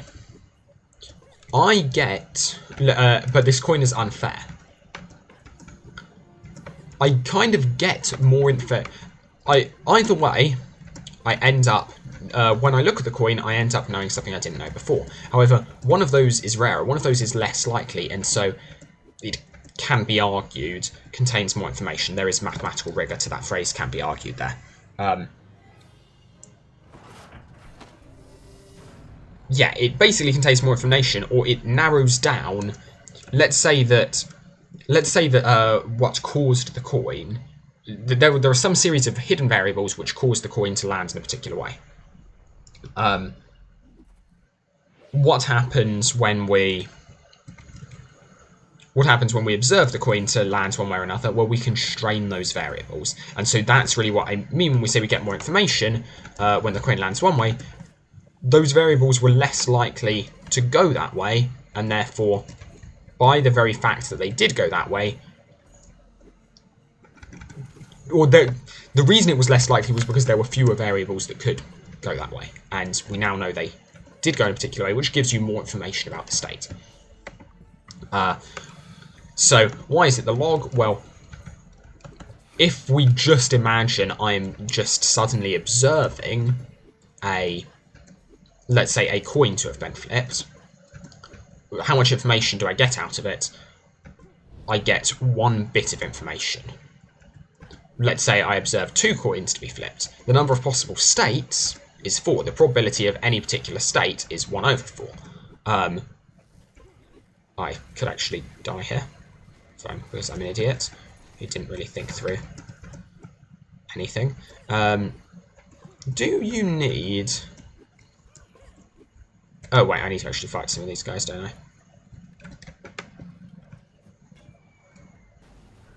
Oh, that was a waste, but fortunately I have enough of them. I have more than enough. Okay, how do I handle these guys? These guys will make short work of me unless I'm pretty careful.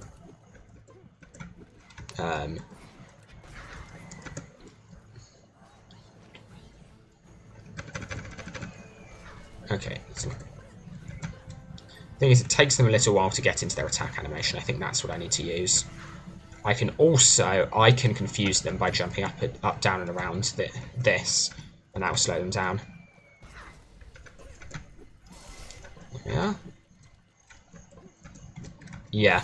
I think that's actually a pretty good strategy to remember when fighting stuff. Is I can go places it can't. I can confuse it by, or not confuse it, but just slow it down by going over the terrain. Arguably, maybe not live accurate. I don't know enough to say one way or the other. regardless, this is working. This is working. I love how the entire reason for these series of quests is to test whether or not you're sufficiently geared to go to Crux Prime. And it's like, under any metric, I am not sufficiently geared to go to Crux Prime. Or at least any metric they would ever have considered. Devs, I need to be careful. That's not helpful.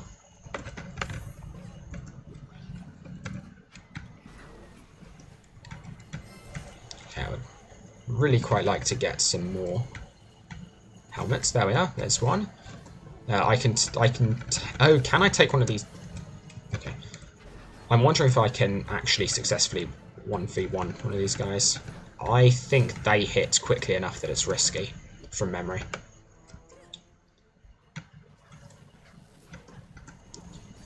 Two of those. Come on, give me some hearts. The smashables in different worlds give you different numbers of things like hearts. Or like different hearts to armor ratio. It's not what I wanted to smash, and you know it. Oh no, I'm dead, possibly? No, I'm not. I saved it. There we are. Okay, that's feeling a little bit better. Let's now get all of these guys clumped up.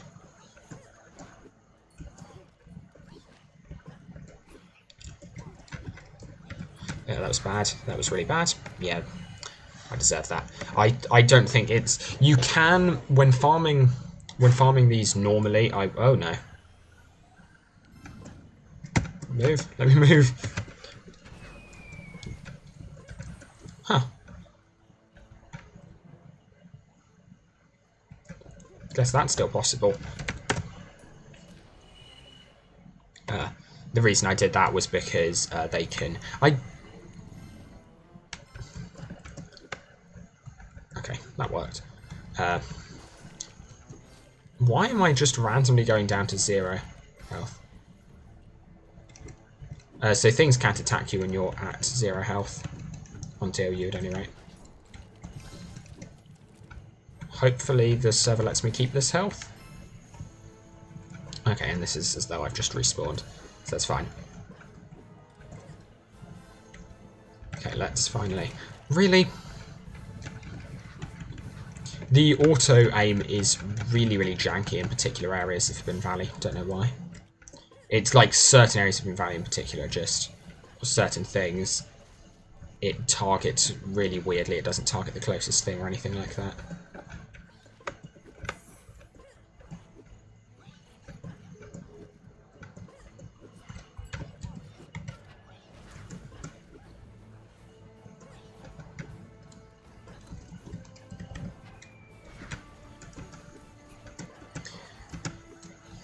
And yeah, ideally a nice thing to have is to be able to keep moving.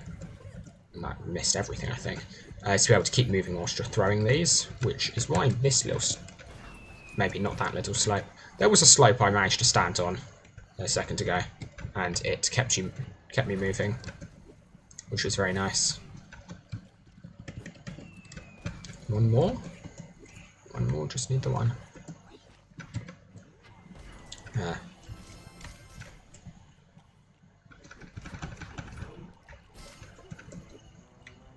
I'm not certain how I'm going to fight the horsemen. Although honestly, I don't think the horsemen actually need to be that difficult. I'm going to try and out their strategy. But I'm gonna see if I can actually not just smash one, but smash 3. That was bad from a strategy perspective. I should not have run towards those there. That one guy over there is just very confused. But yeah, so what you can show, right, is that... Well, basically, you can kind of begin to show that if you consider a certain thing as information, and entropy kind of inherently has... For any particular definition of entropy, you have this. But if you consider a certain thing as information, then information flows in a particular way, in a particular direction. The thing is, there are different definitions of information, different definitions of entropy. Fortunately, you can kind of show they're all somewhat equivalent. And you can have some kind of notion of, okay, I probably have all the variables covered. That took me ages. It turns out it's really hard to find proofs of that online. I ended up having to kind of come up with a reasonably hacky one, but I'm sufficiently pleased with it. Okay, yeah, we need to go this way. And the reason I'm going to take on 3 at once is because I think that's easier. Or at least, I know I farmed these 3 at once before. I've spent far more time farming these than I have farming the individual ones. And so I know like exactly what they're going to do. Also, I think the multiple ones, they move further. Whereas the 3 at the... Yeah, like these guys are free to kind of chase you around. These 2. The ones up there never leave. Fairly certain that's life accurate as well. I kind of didn't want to activate that. It's fine, they won't see me. Yeah. Alright, this is where it's going to be pretty close, pretty difficult. I don't know how I'm going to manage this. Okay, so the normal strats are... I can technically...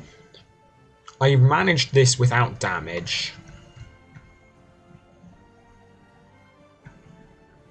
On my Paradox account. Managed to get into a like perfect grinding loop, which was damageless. But the thing is, it's hard to avoid being hit by those. Did manage that instance though. Okay. Does that hit them?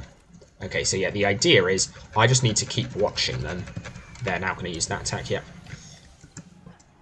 I just need to keep tabs on what attacks they're going to be using, because if they hit me with any attack, it will kill me. Okay. If they all hit me with any attack, which they will be trying to do. Okay, I should have time for one more of these before they attack. I think. No, that was bad. Yeah. Okay.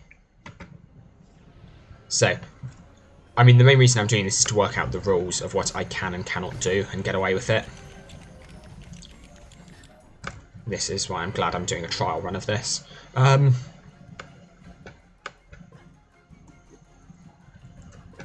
think it's also kind of good to know that all the places I have died at are the places I expected to.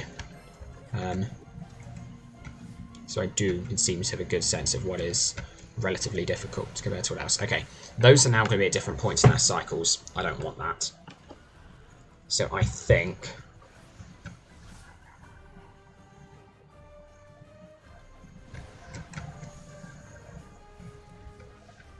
Okay, that might be... No, this is risky. Yeah. Yeah, I shouldn't have gone for that. So what to do in that scenario is I think just pull back. Accept that stuff has gone badly and let them reset themselves. The ideal move is it takes them a second to attack. So what you want to do is you want to go up there, aggro all of them in the time they are charged. They are pulling back their lance to attack, like this. And then you want to not be hit on the retreat, which is the hard bit. And then I'll do that, and then run up safely. There we are. More than sufficient. And I may even be out of inventory space. It went so well. Oh no. Oh no.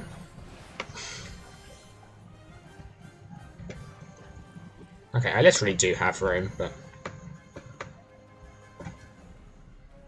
There's also a fair chance that it won't let me get rid of this. Oh no, it will. Okay, I guess I'm just going to get rid of one. That was not paying attention. Real ninja not paying attention hours. Okay, that's fine. That's all doable there. Nice.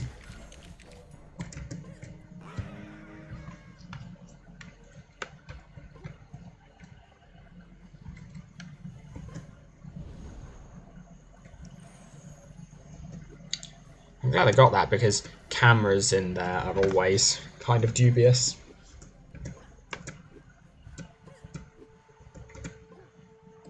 I wonder if you're ever challenged by anyone outside of Forbidden Valley to smash a dragon? I'm assuming not. I'm assuming the only thing you'd be challenged to get a dragon invaders. And I'm assuming they'd specify that. Wait a second. How did I have a mission to complete up in the tree?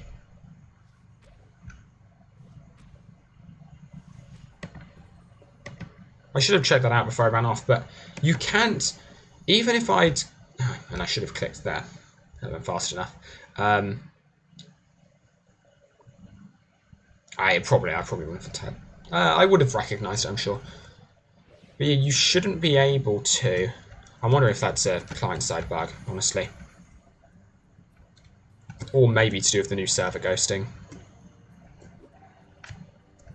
Oh, also, I'm actually running low on firecrackers. I probably made my money back in doing missions, but this does tell me something quite important, which is that I need to keep doing missions. And I need to keep getting drops. I need to keep selling stuff, because otherwise I won't stay afloat in terms of money. Wow. Double click to get 2 faction tokens. I'm going to be rich. Rich, I tell you.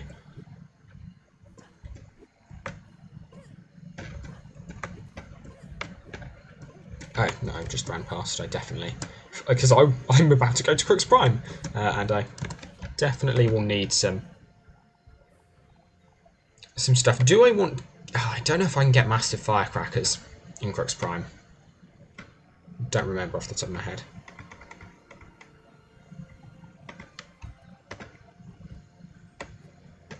Let's get rid of stuff I don't need. Imagination. I should keep that, because there is stuff I can do with imagination. I will need imagination. It's not like armor polish and armor shine is literally useless to me. There will be times where I will need to build things, and it will be helpful to have those to hand. Backpack space, again, is not the most useful thing. Like, I could get backpack space, but I'll be selling stuff most of the time anyway. And, like, I doubt I will be... Okay, maybe fighting something like... Maybe I should have kept it, because fighting something like Butterscorch, maybe I want it. But then again, I don't have anything to spend... I should have kept it, I think, it's my deletion, but I don't have anything to spend faction tokens on, aside from backpack space, pretty much. I could spend it on the faction consumable, but the thing is, all I really need is something that heals health, and that doesn't heal a huge amount of health. It would be better to get, like, health kits and their equivalents.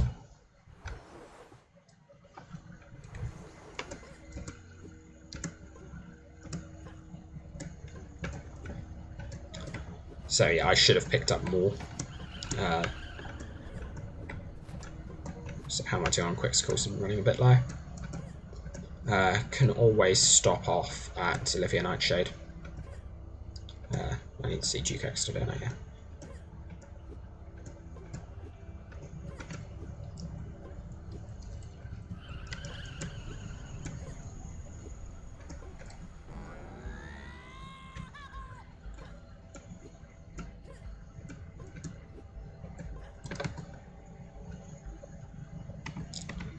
Always go surprise pack, because, I don't know, there's a higher chance of getting something that might get me towards an everlasting consumable, or just getting an everlasting consumable. I think, I don't know. But I feel surprise pack is more useful. Money, I won't be spending it on gear, so I don't feel... That was pretty good. I don't feel money's going to be... I mean, I can't use any of this, but I don't think money's going to be a limiting factor in any of these runs. Okay, and here we are. Okay, I'm gonna prep first. Yeah, so I'd say there are now, aside from dealing with those, really? Okay, yeah, their loot drops are a little off. But yeah, aside from dealing with the spiderlings, I think there are reasonable strats for everything else. As long as I run away quickly enough, should always be good in most circumstances.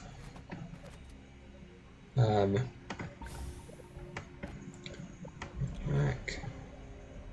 I might as well keep those on me. 6. I mean, that's not going to be useful until I get heart flags. Can I get all the heart flags? I don't know if I can.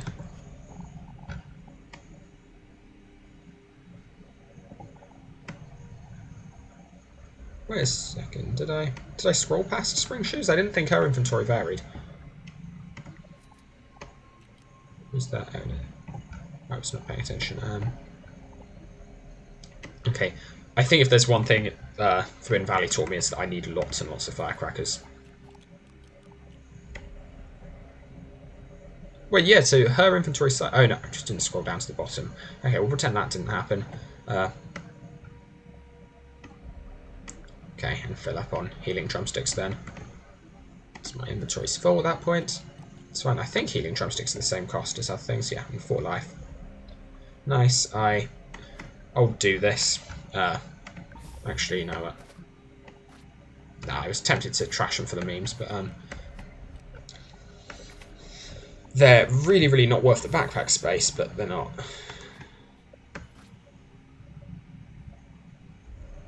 Okay, so maybe it's 5 and then 10? Wow, really? Quit your belly aching is what pushed me over the edge.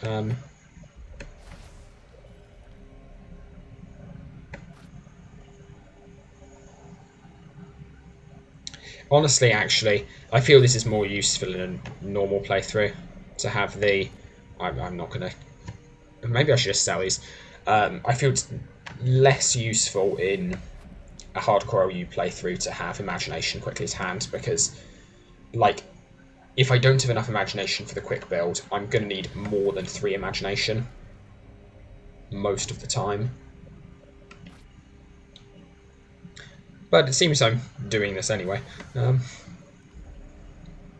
I'll see how many I need if I get it in.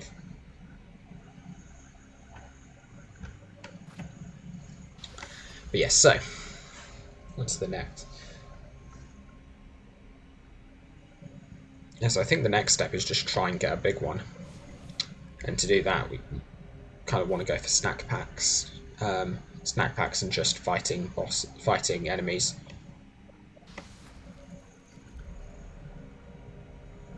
But yes, so the reason I began this discussion to begin with was well, I guess in part because it's something interesting and it's something I can discuss on this channel, because it's kind of, it doesn't require diagrams or anything like that.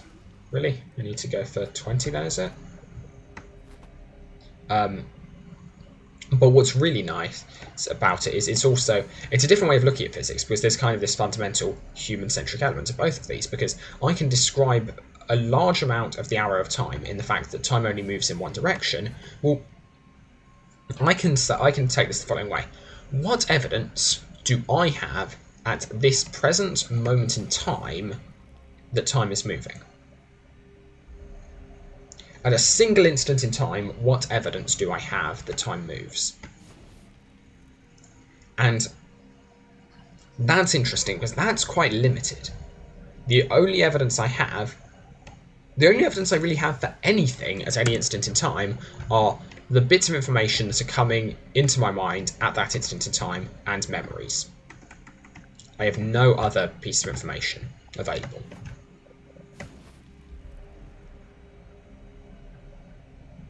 And so,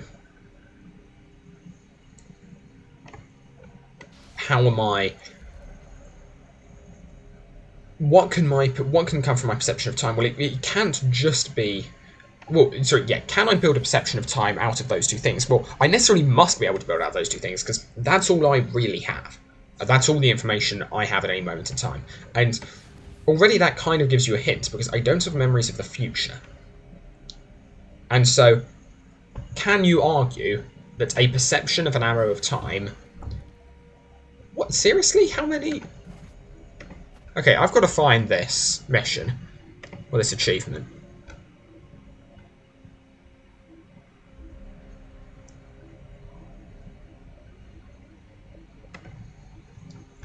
Maybe it's in this tab. Quick, okay, here we are. Okay. I can do 5 more. Boring, but Already spent the money to get this far. I mean, not that it was that much.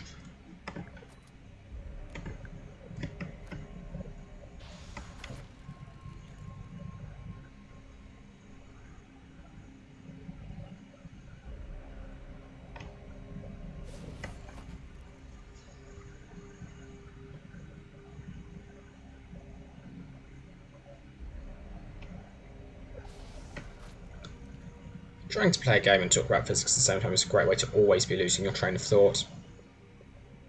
It's like literally just what I do constantly. And because I'm normally trying to do like new stuff in the game or discussing stuff in the game, like I'm not on a speedrun route to the extent that I... Okay, Okay, looks like I'm getting one more, because something can't count. It's either me or the server, I'm not sure which.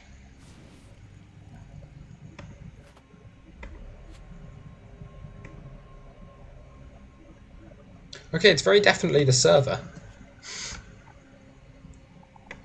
That's weird.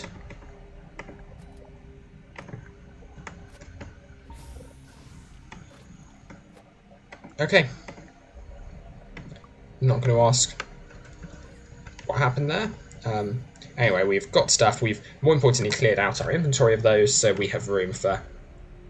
what do I want to get more of? I think I'll get healing drumsticks. I should actually no. I should leave some room in my inventory because I might want to sell stuff because I do need to make money in order for this challenge to be doable. I need to make enough money to keep buying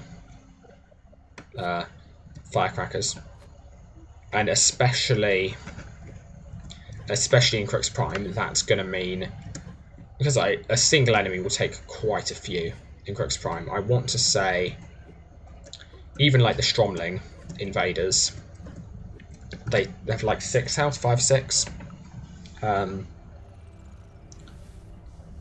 Like all of these are going to take quite a few They're going to take, yeah, the Stromling invaders will take at least 2 firecrackers. Maybe they have 3 actually. I'm trying to remember from last night because I think my gun did 233 as Inventor, and I think they had over half their health depleted after the first hit, so maybe they only have 3 health. We'll see. We can quite easily test that one out. And yeah, the aim is to get the big one as quickly as possible. I know I've died, and so this isn't hardcore LU run, but like, I can't even believe I'm in Crux Prime with having done most of it with nothing. But it's okay. So what I want to avoid is being swarmed. Oh, interesting. Okay. What if I...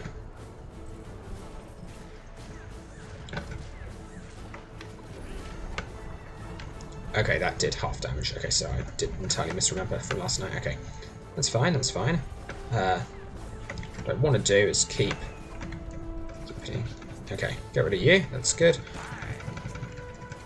I'm hoping this doesn't smash the Admiral, and so I still get... It did. Oh well. So yeah, I need to be careful not to get strongly invaded, basically. That's what I really need to avoid. Because they don't do much damage, but any damage is really enough when you've only got this much health. The annoying thing is everything's targeting the Admiral, which normally would be a great thing, but not in this instance. But this isn't a time I can really complain about how I use auto-aim, because there we are. Okay, got all but one. I'll take that out without hopefully going in the range there. There we are. Nice. As long as we have like a little area cleared, this is feasible.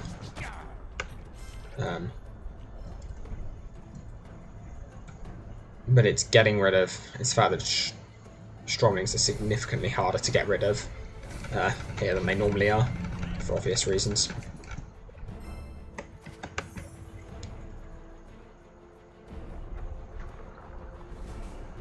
I don't know how I want to play this.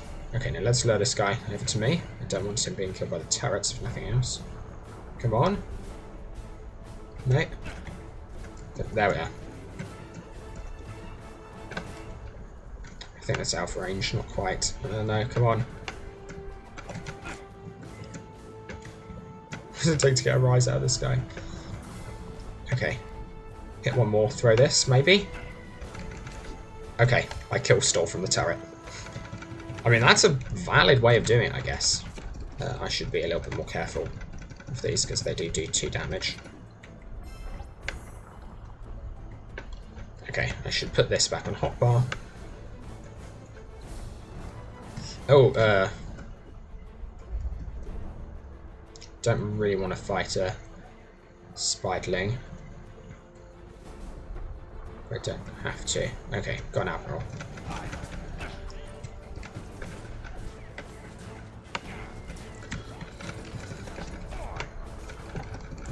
Okay, gotta hear that.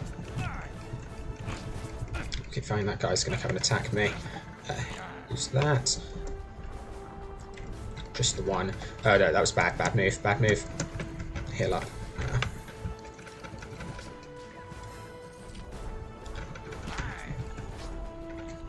Yeah, I think in order to get one of the heart flags in Crook's Prime, I need to go behind Butterscorch. So the heart flags here are probably off limits.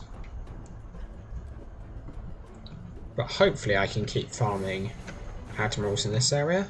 I'm just gonna quickly tab out. Check something. Okay, cool.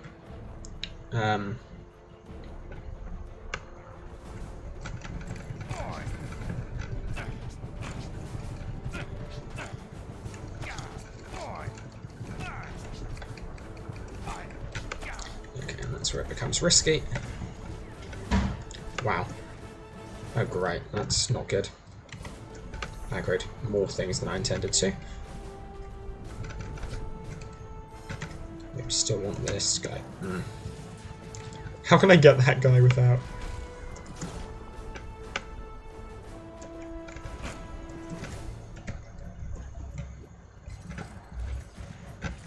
This is cutting it dangerously close. It's okay. No, that was one hit as well. Nice. It would have been one hit anyway. That's a hard fight. Yeah, okay. So strategy in that instance, I guess it's a case of playing it safe, but I've got to accept I will sometimes have to engage the small Stromling boys, but I need to at all costs avoid engaging literally anything else. Because anything else will get me killed.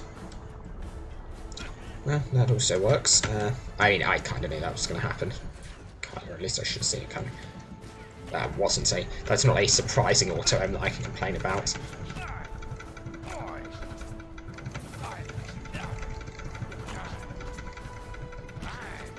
There are certain auto-aim instances worth complaining around, certain ones which are entirely deserved.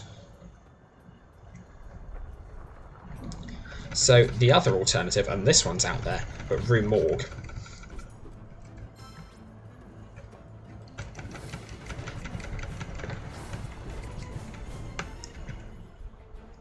Like, if I could think of a stupid way of trying to get a big one, I don't think I could come up with a stupider suggestion than Rue Morgue. That's a lie, I definitely could. I could go for a Dragon Invader. Thing is, any of these I technically could get, like, they're not impossible. How much damage does a Dragon Invader do in one hit? That's what I'm wondering.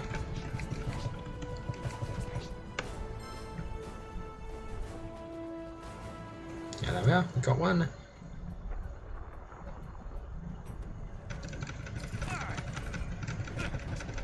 Okay, I've got quite a few of those. It's fine. That was not fine. What should I have done better there? I'm just trying. Every time I die, I want to work out a way I could have avoided dying. Okay, I guess just avoid being around large terrain objects because I couldn't run sideways, which was what got me smashed there. These guys seem to be like permanently. I guess they. What went wrong there? I guess, yeah, okay. So other roles, I need to prioritize backing off when dealing with the Stromlings.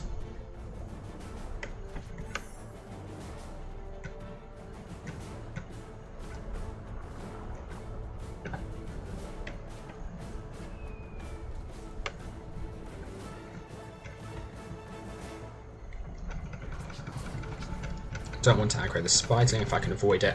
I feel Crux Prime is going to be a lot of avoiding aggroing stuff I don't want to aggro. Don't know where that even went. But it's consistently disappearing.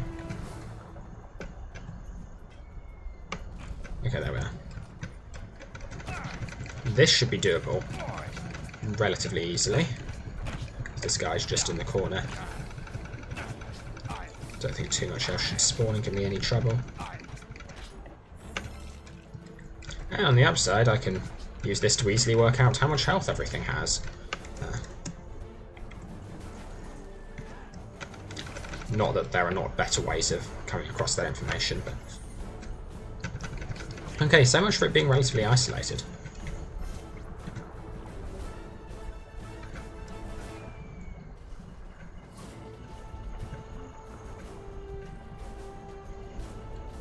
Oh no, that was bad. I'm probably dead.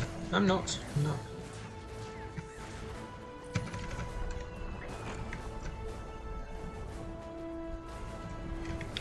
There I would have been had I used one, so... And bad strats there were jumping backwards and around.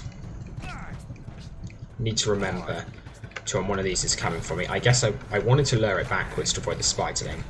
But if I keep walking backwards, just holding my finger on the back arrow, I don't think it will anchor me.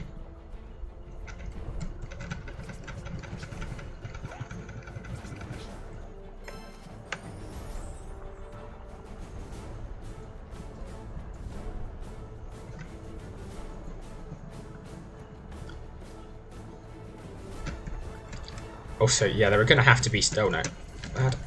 There are going to have to be so many different techniques for different enemies in Crux Prime. Like, I will have to handle each one completely separately.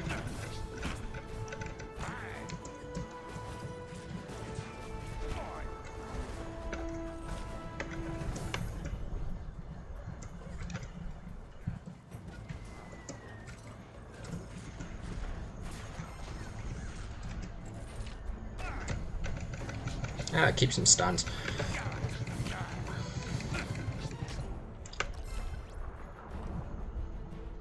I want to at least convince myself that I can do... I want to convince myself I can do at least one of these missions.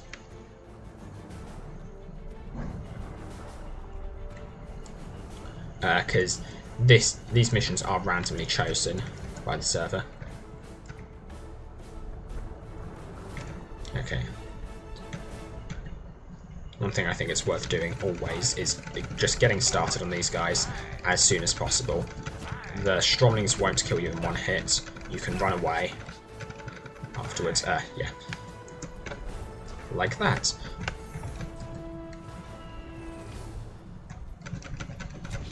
Okay, I want to be careful I don't get the Admiral behind me. Yeah, there we are. Oh, that was... Okay. Neither of those things should have happened. But... So I guess that cancels it out. Also, it's a good consistency challenge.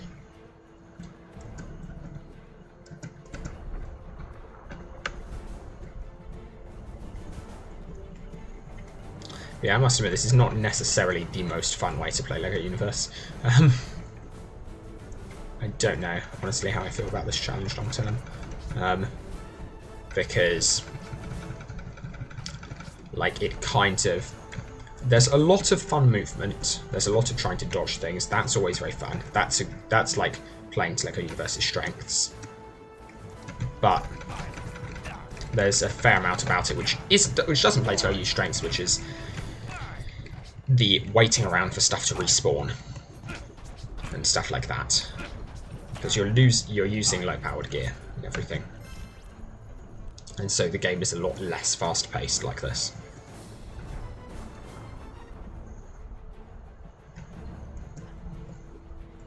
Like this is, I would say, I know it's really, really fun to be running around and be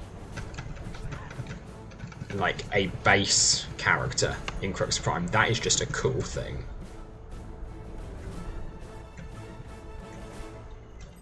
I agree with this guy. Am I close enough? No, I'm not. I think the second I'm at the point where I'm close enough to... Okay, yeah, that's a lovely trick. Backing up.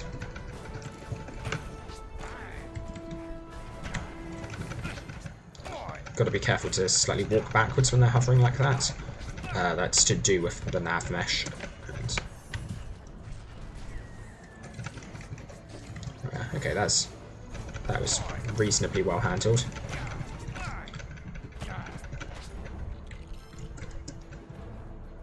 Got this, got this. It's not the fastest of farms ever.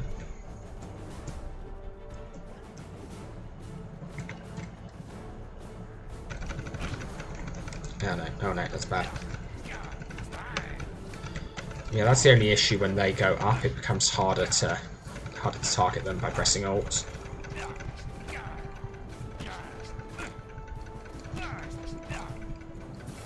There we are. Yeah, so Admirals are definitely, I'm fairly certain, actually they might have the same number of health points normally as Spiderlings, but I would definitely rather take on an Admiral than a Spiderling, because Admirals, their AI is simpler, and you can do it damageless. As long as nothing else interferes, which, I mean, as you've seen, is the main problem, but, like, the fact that you can ideally do it damageless is significantly better. I guess you can... Spiderlings are more effort to do damageless, and so they're a bit riskier. There we are.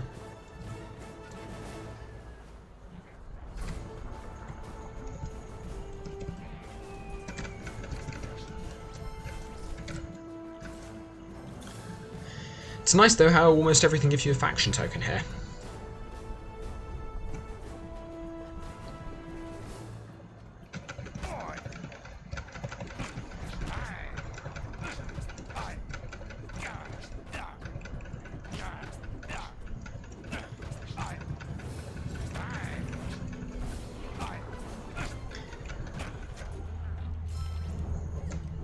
But yeah, like with Admirals, you can basically guarantee they won't attack you.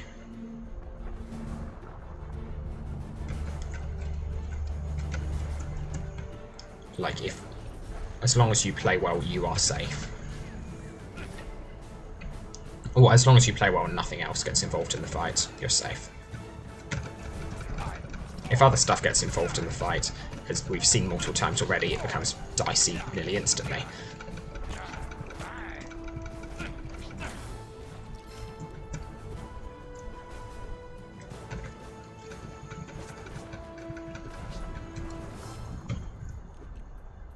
I guess that's a potentially nice way of getting rid of the Stromlings, just lowering them over to the guns.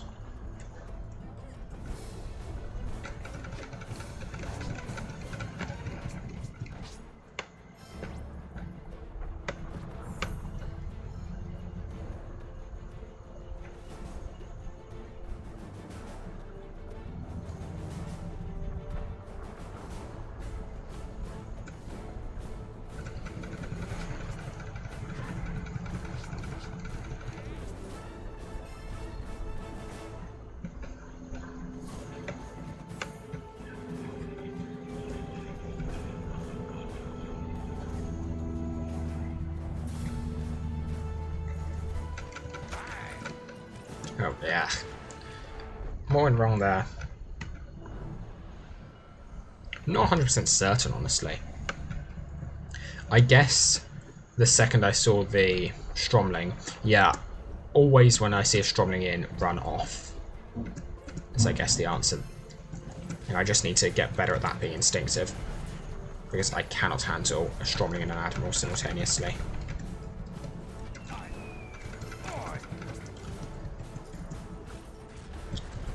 Not necessarily because...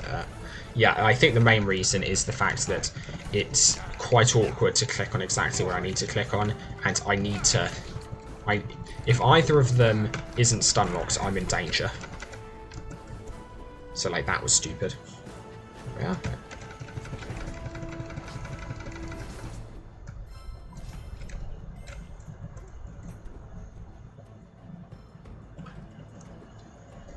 Our success rate isn't amazing, but it's not awful at the moment.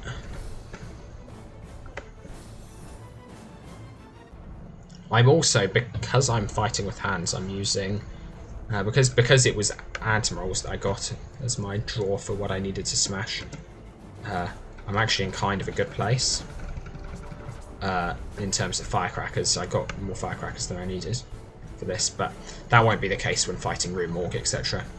Or, I don't know if it's... yeah, I think it's Room Morgue. Room Morgue, King of Hurl, one of the two.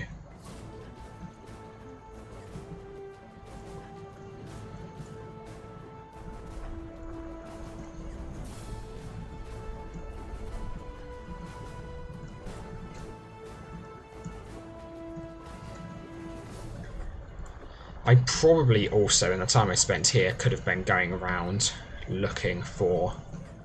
I might do this actually. Looking for named enemies. Because just searching for and keeping an eye out for named enemies is a really good idea. And they tend to have a distinctive appearance. I really don't want to go down there if I can help it.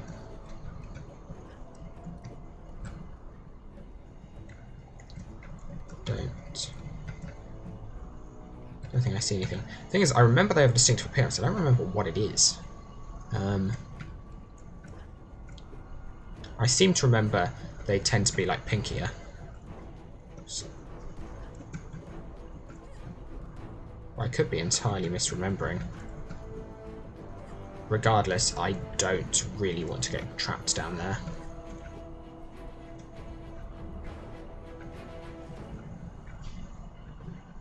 Do I give the Room Morgue fight a go?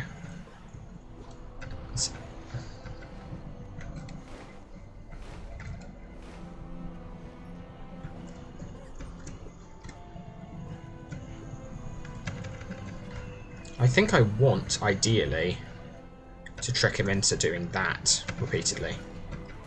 And then get out of range. I think if with a bit of manipulation of his AI, this might be doable. But I think it's going to be pretty difficult. But yeah, as long as he's stuck doing that attack, I feel relatively safe. The issue is how long this will take to smash him. Because there is no efficient way that I can think of. Because the annoying thing with these guys is they regen armor. On the upside, I've managed to completely avoid him throwing any boulders at me, which is definitely good. I want to avoid that for as long as possible, if at all possible. And I think it looks like I can avoid that indefinitely. Yeah, okay, that was bad. Need to be a little bit further out, but I think I can avoid him attacking with boulders nearly indefinitely.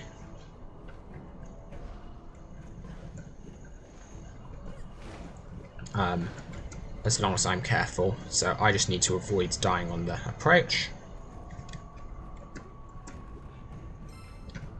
Which I should be able to manage.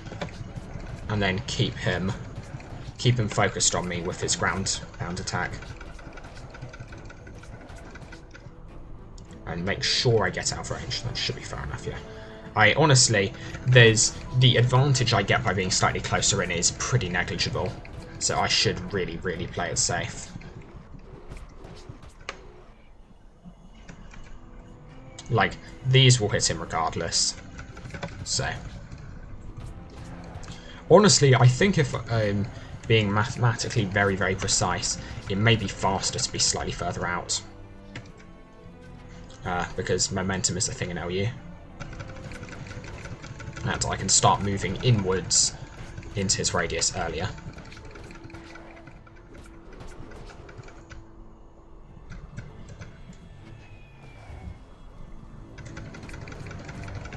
Here's the bit which is going to get demoralising though, right?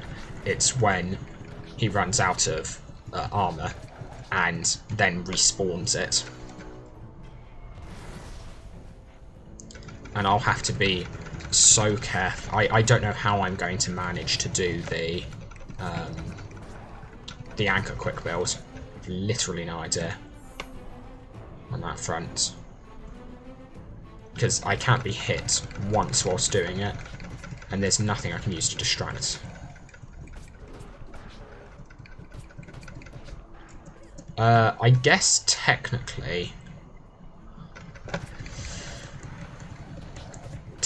what I could do, I don't know if this would work, but in theory maybe I could. I don't even know how the alligator egg was obtainable, but I know it was. And so in theory what you could do is I don't know if it was throughout all of life, that was the only issue, but if you could alligator egg down, run off, run back in, run off so he loses aggro on you, then run back in and build a quick build, so whilst he deals with the alligator, you can get the quick build done. And this is the bit I'm not looking forward to. Come on. Fairly certain he regens armor.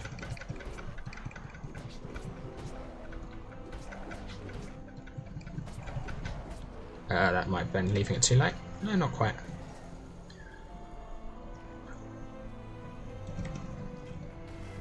Okay, seems not to be regenning armor. Maybe only it regens an armor when he reaches a certain point in the cycle. I don't know, but regardless, it's good for me that he isn't yet. He also doesn't regen to full armor, which is nice. I'm not certain if those explosions are hitting him when I use these.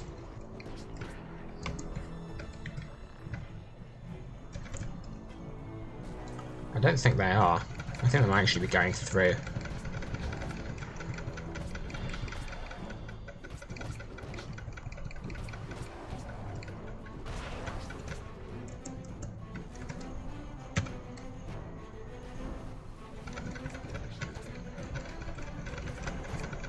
Can also fight from a little bit further out, but I don't want to risk him going for the boulder shots, because those I don't have time to react to. Like this, more than enough time to react. The boulder shots, not so much. I guess that's the nice thing with fighting this guy. It's relatively safe. Time consuming, but safe.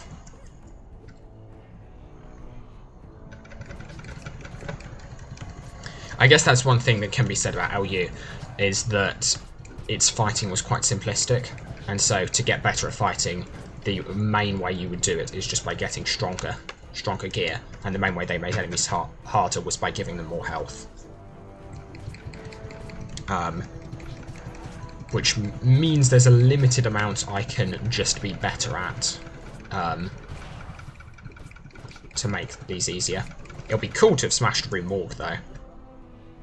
Okay, technically not on a hardcore LU character, because I failed, but on something pretty well approaching it.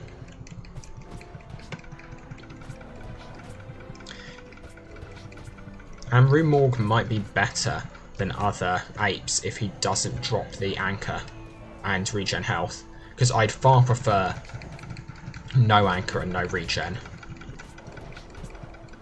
for this challenge at any rate.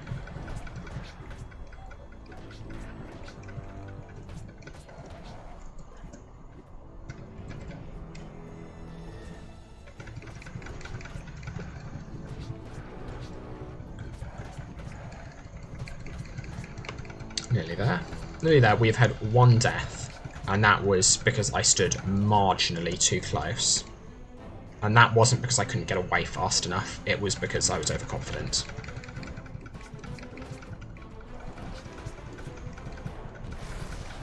Nearly there.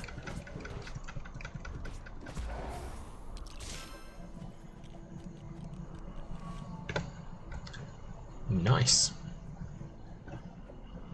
Supply crates. Faction tokens, lots of stuff I don't need, can't use.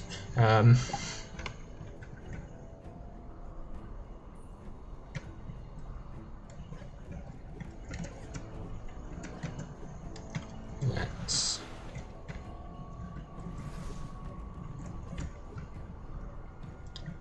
continue looking. I think they look different, I swear.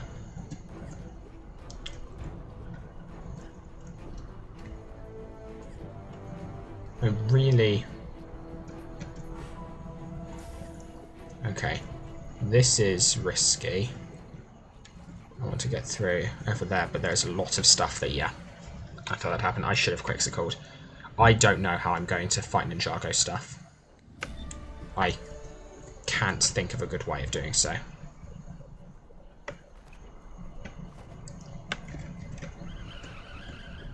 Well, some Ninjago stuff, yeah, I can think of how I might manage it. But, like, a lot of it is just way, way, way too powerful for me to even have an idea.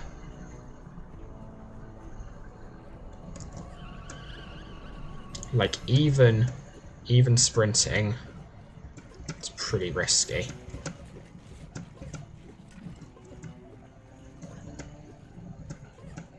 Like, I can't get anywhere near those guys. The engineers, I don't see any way of beating them.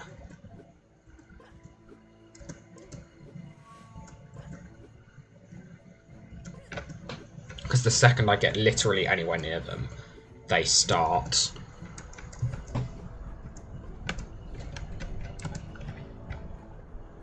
they'll shoot me, and it does a pretty large amount of damage.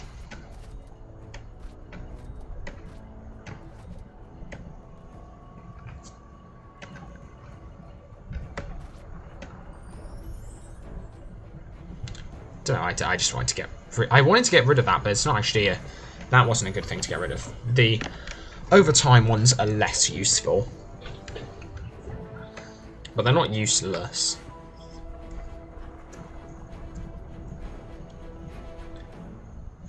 So, do I try what you guys might already be able to predict I'm considering?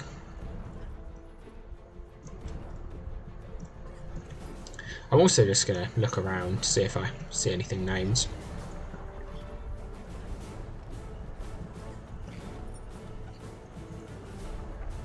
I'm almost certain they look different if they are named.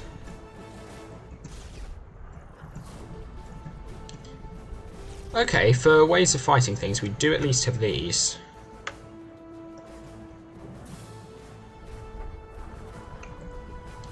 But yeah, if you haven't worked it out, you all know I'm an idiot. I'm going to...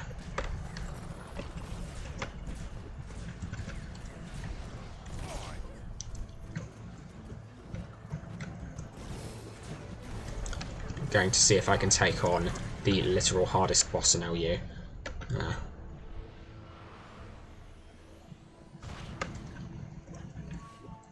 And we can all imagine how this is going to go, given I just died to admirals. Even fighting that normally, I can't guarantee I won't take damage. I don't know how I'm going to handle this. Have literally no game plan. No game plan. Only a 5 health.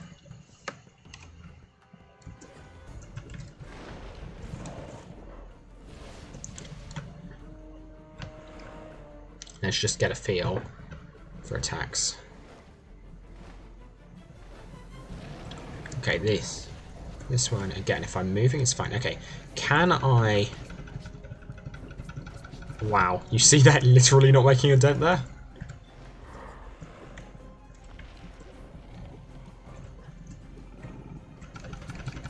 Can I by getting up close? No. Maybe?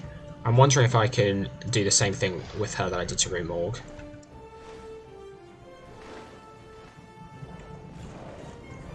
Single attack, okay. Thing is, I've got no range. I guess I do.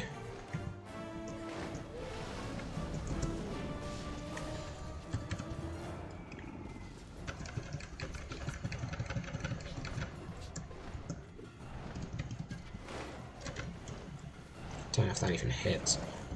Single shot.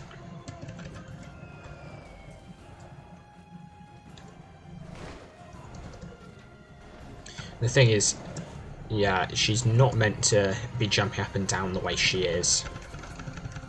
I really hope she doesn't regen health. If she doesn't, this might be doable. Ah. Okay, I need to have a... I need to always stick to one side. I think is the aim. It's because if I'm... Because what happened there... I don't know if that actually did any damage. What happened there was I wasn't moving sideways fast enough to avoid those.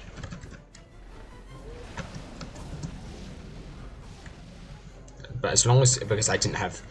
Because I only had one place to go sideways and I had to start moving inwards. As long as I've got somewhere to go... at all times. As long as I always have an escape route.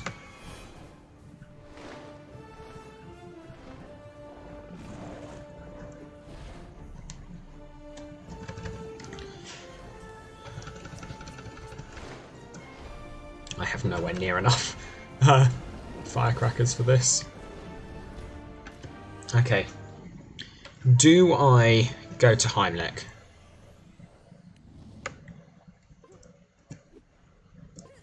And see if he sells massive firecrackers. Because if he does, then it might be a good idea. Yeah, the issue is also the queues are a little bit messed up for this. This would also be a lot easier with the big one. So, okay, I wasn't paying any attention there. Okay, maybe I go for a big one then. I think I can't see myself beating this without trying to get my money back. I'm gonna end up in a death loop, aren't I?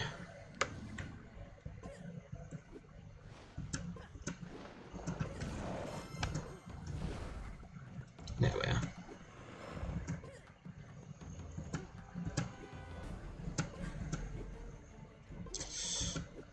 Okay, no, it's fine. As rules it is then.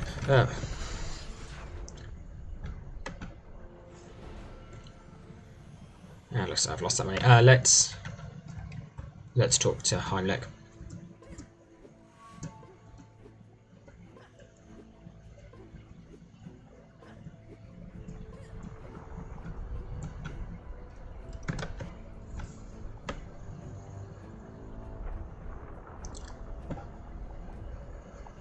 Until stuff that deals damage.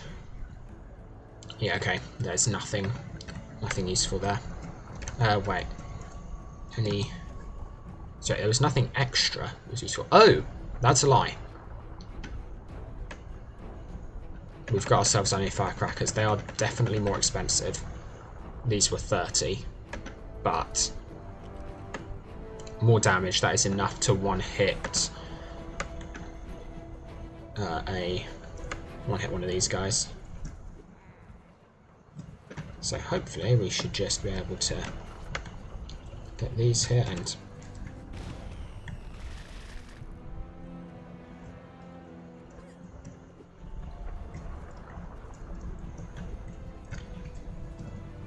Thank you for registering that game.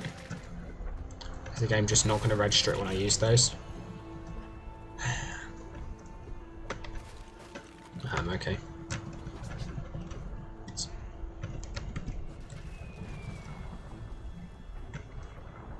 Who's that?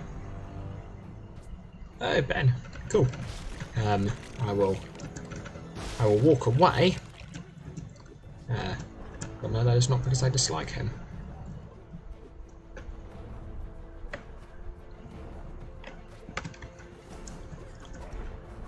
Ooh. A little bit of an ouch. There.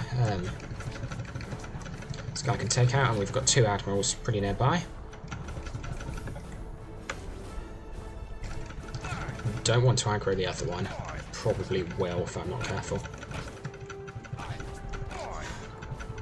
Because I'm getting pretty close.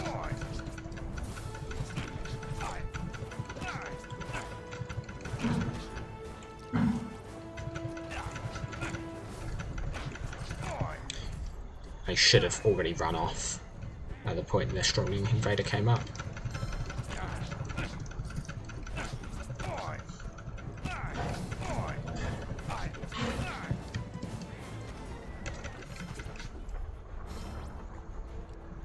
Okay, only a couple more to go.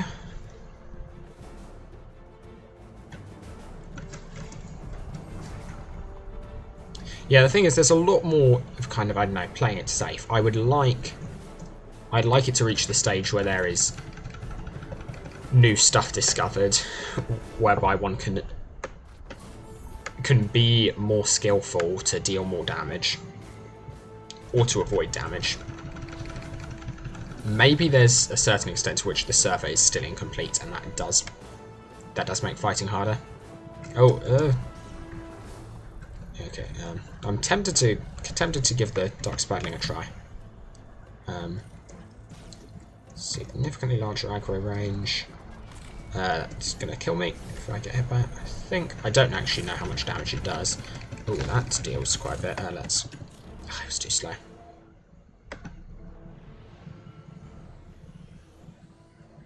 Yeah, I think for now, definitely just assume I can't smash Spiderlings.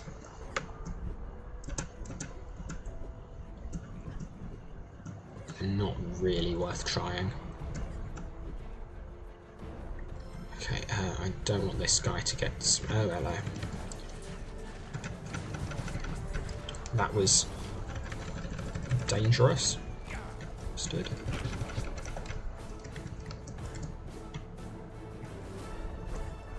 Okay, I think the guy, I aggroed him over. I think this is the guy I was just fighting. Yeah, there we are. Keeping an eye on him there. There we are. Okay, cool. Let's really take him out. If the other one has already lost some health. I might have died. Looks like it did. Don't know if that was a good play. Okay, let's continue practicing on the Spiderling. Other stuff is just what makes it so much harder. The Spiderling I'm confident I could fight. Well, no, I'm not even confident I could fight it, but I feel I probably could fight it on its own. But with other stuff getting involved, I'm far less certain. I'm far less certain than my already uncertain state. I feel for Spiderlings I want to have healing drumsticks to hand. These guys also seem slightly more resistant to stuns. So it's harder to stun lock them, yeah.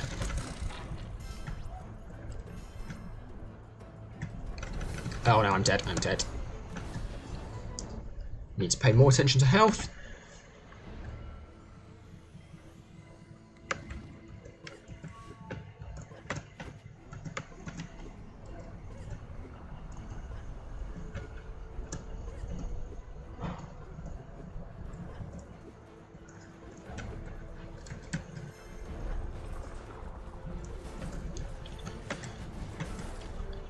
Let's hope this works. Nice.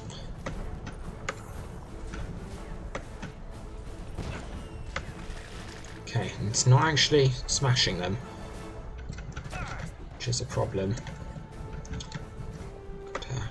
Oh no, that's bad. I'm probably dead. Yeah. That is why the run away whenever there's other stuff nearby technique is so important. Also running low on supplies.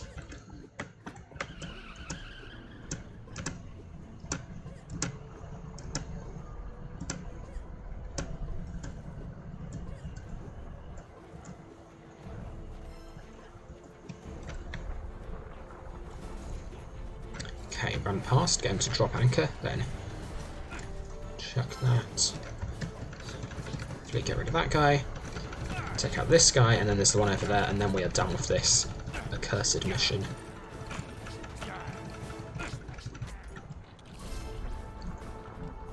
Really? Okay, one more.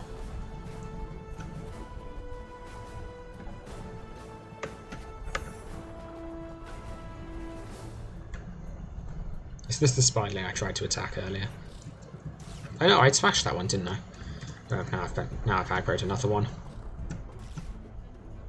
And rather than stand and fight, I think I'm gonna run away. Hey. One more to go.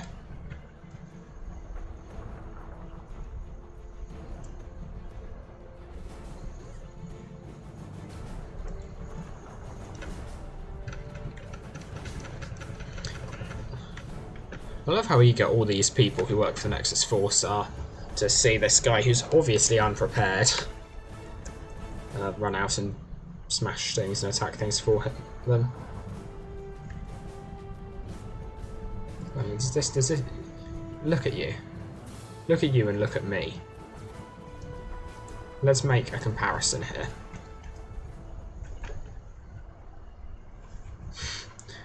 Which one of us seems more equipped to deal with this problem?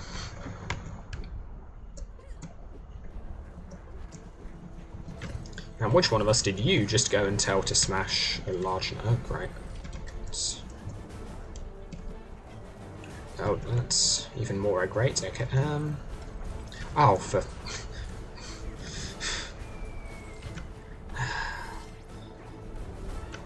no, that's bad. I shouldn't do that. Oh no, now I've aggroed that. I'm so dead. Oh, I'm not dead.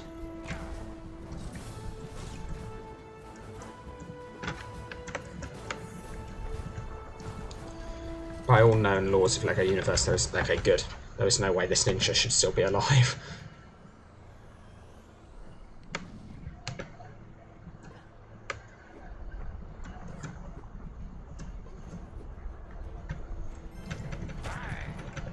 Oh no. Oh, that's interesting. Animation glitch.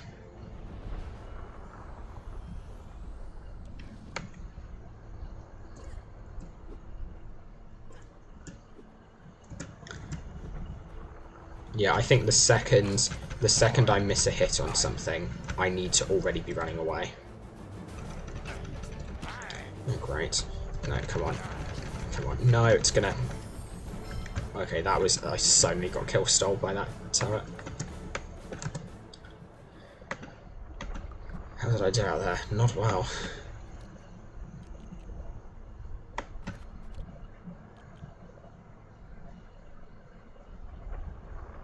Well, that's pretty darn good.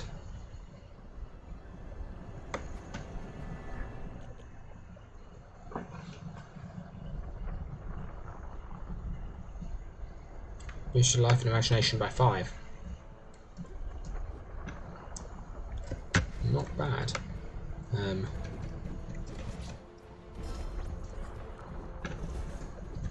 Well, okay, I did that. I'm not hugely excited to... There's no way I can do the skeletons. No, I can do the skeletons, and I still haven't... Okay, I think... Best bet might be to not die here, if I can avoid it.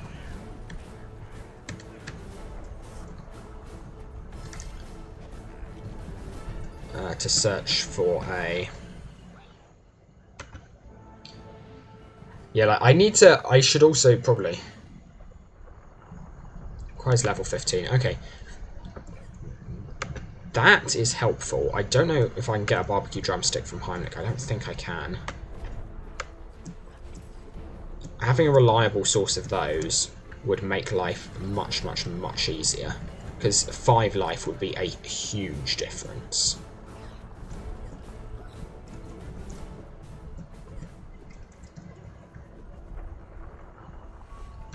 I love how scared things are of Heimlich.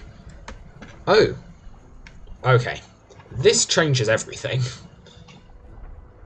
So the aim should be to get to level 15. And once you get to level 15, because there are lots and lots. I go for the risky missions.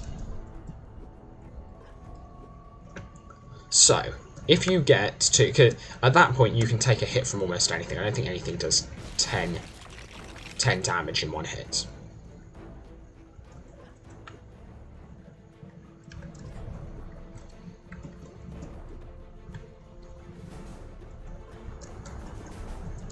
This would be so much fun to clip with.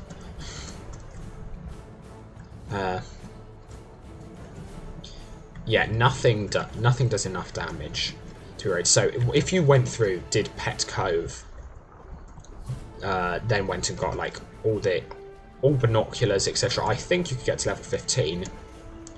We've got methods for taking out. Got methods for taking out Maelstrom Horsemen, got methods for taking out Admirals in Forbidden Valley. Both of which can be done pretty safely. Heck, I even got a mission for just smashing those things, and that's 300.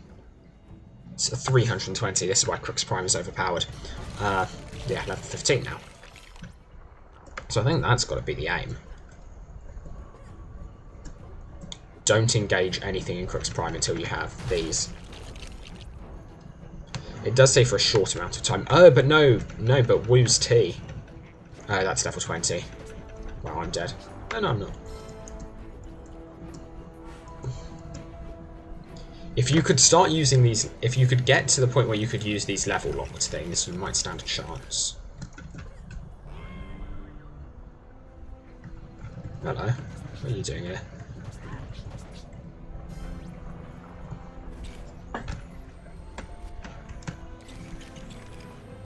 Yeah, that rather disparaging thing I said about everlasting hiccup tablets earlier. I guess it's still kind of held true, actually.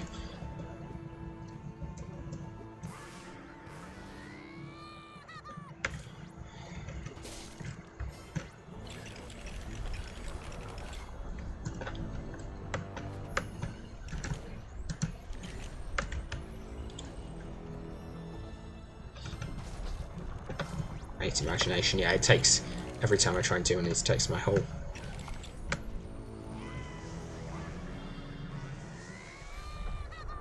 Hey, okay, that's doable as one person.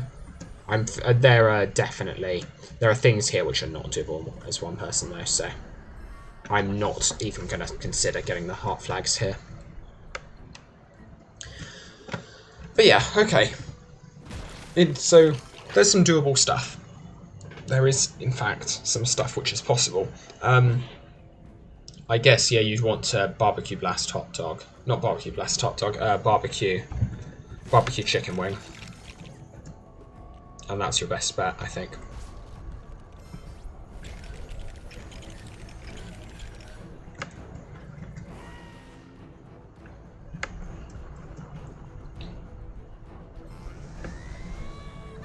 Because once you've got that, stuff will get a bit easier. I'm trying to get that imagination. I'm not certain it's possible. Yeah, I don't think it is. Huh, fun. Maybe do some stuff with states? Ah, not if I muck up like that, I can't. Ah, well.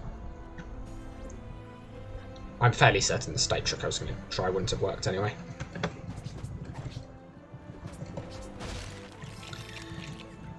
But yeah, so with that said, anyone who's watching this, thank you for having done so. I'm glad we've actually got like a... Assuming we can get through the Spider Queen, which is a tough battle and I don't have a good method for. I'm also out practiced with, in fairness. This is doable. It's definitely doable. I guess it's now actually possible to practice the Spider Queen, which is good to know. But yeah, with that said, I've been LU. I'll see you around. This is on DLU, closed beta, it's an open. Yeah, I'll post a video on that when I do. Development channels in the description. As always, standard stuff. See ya.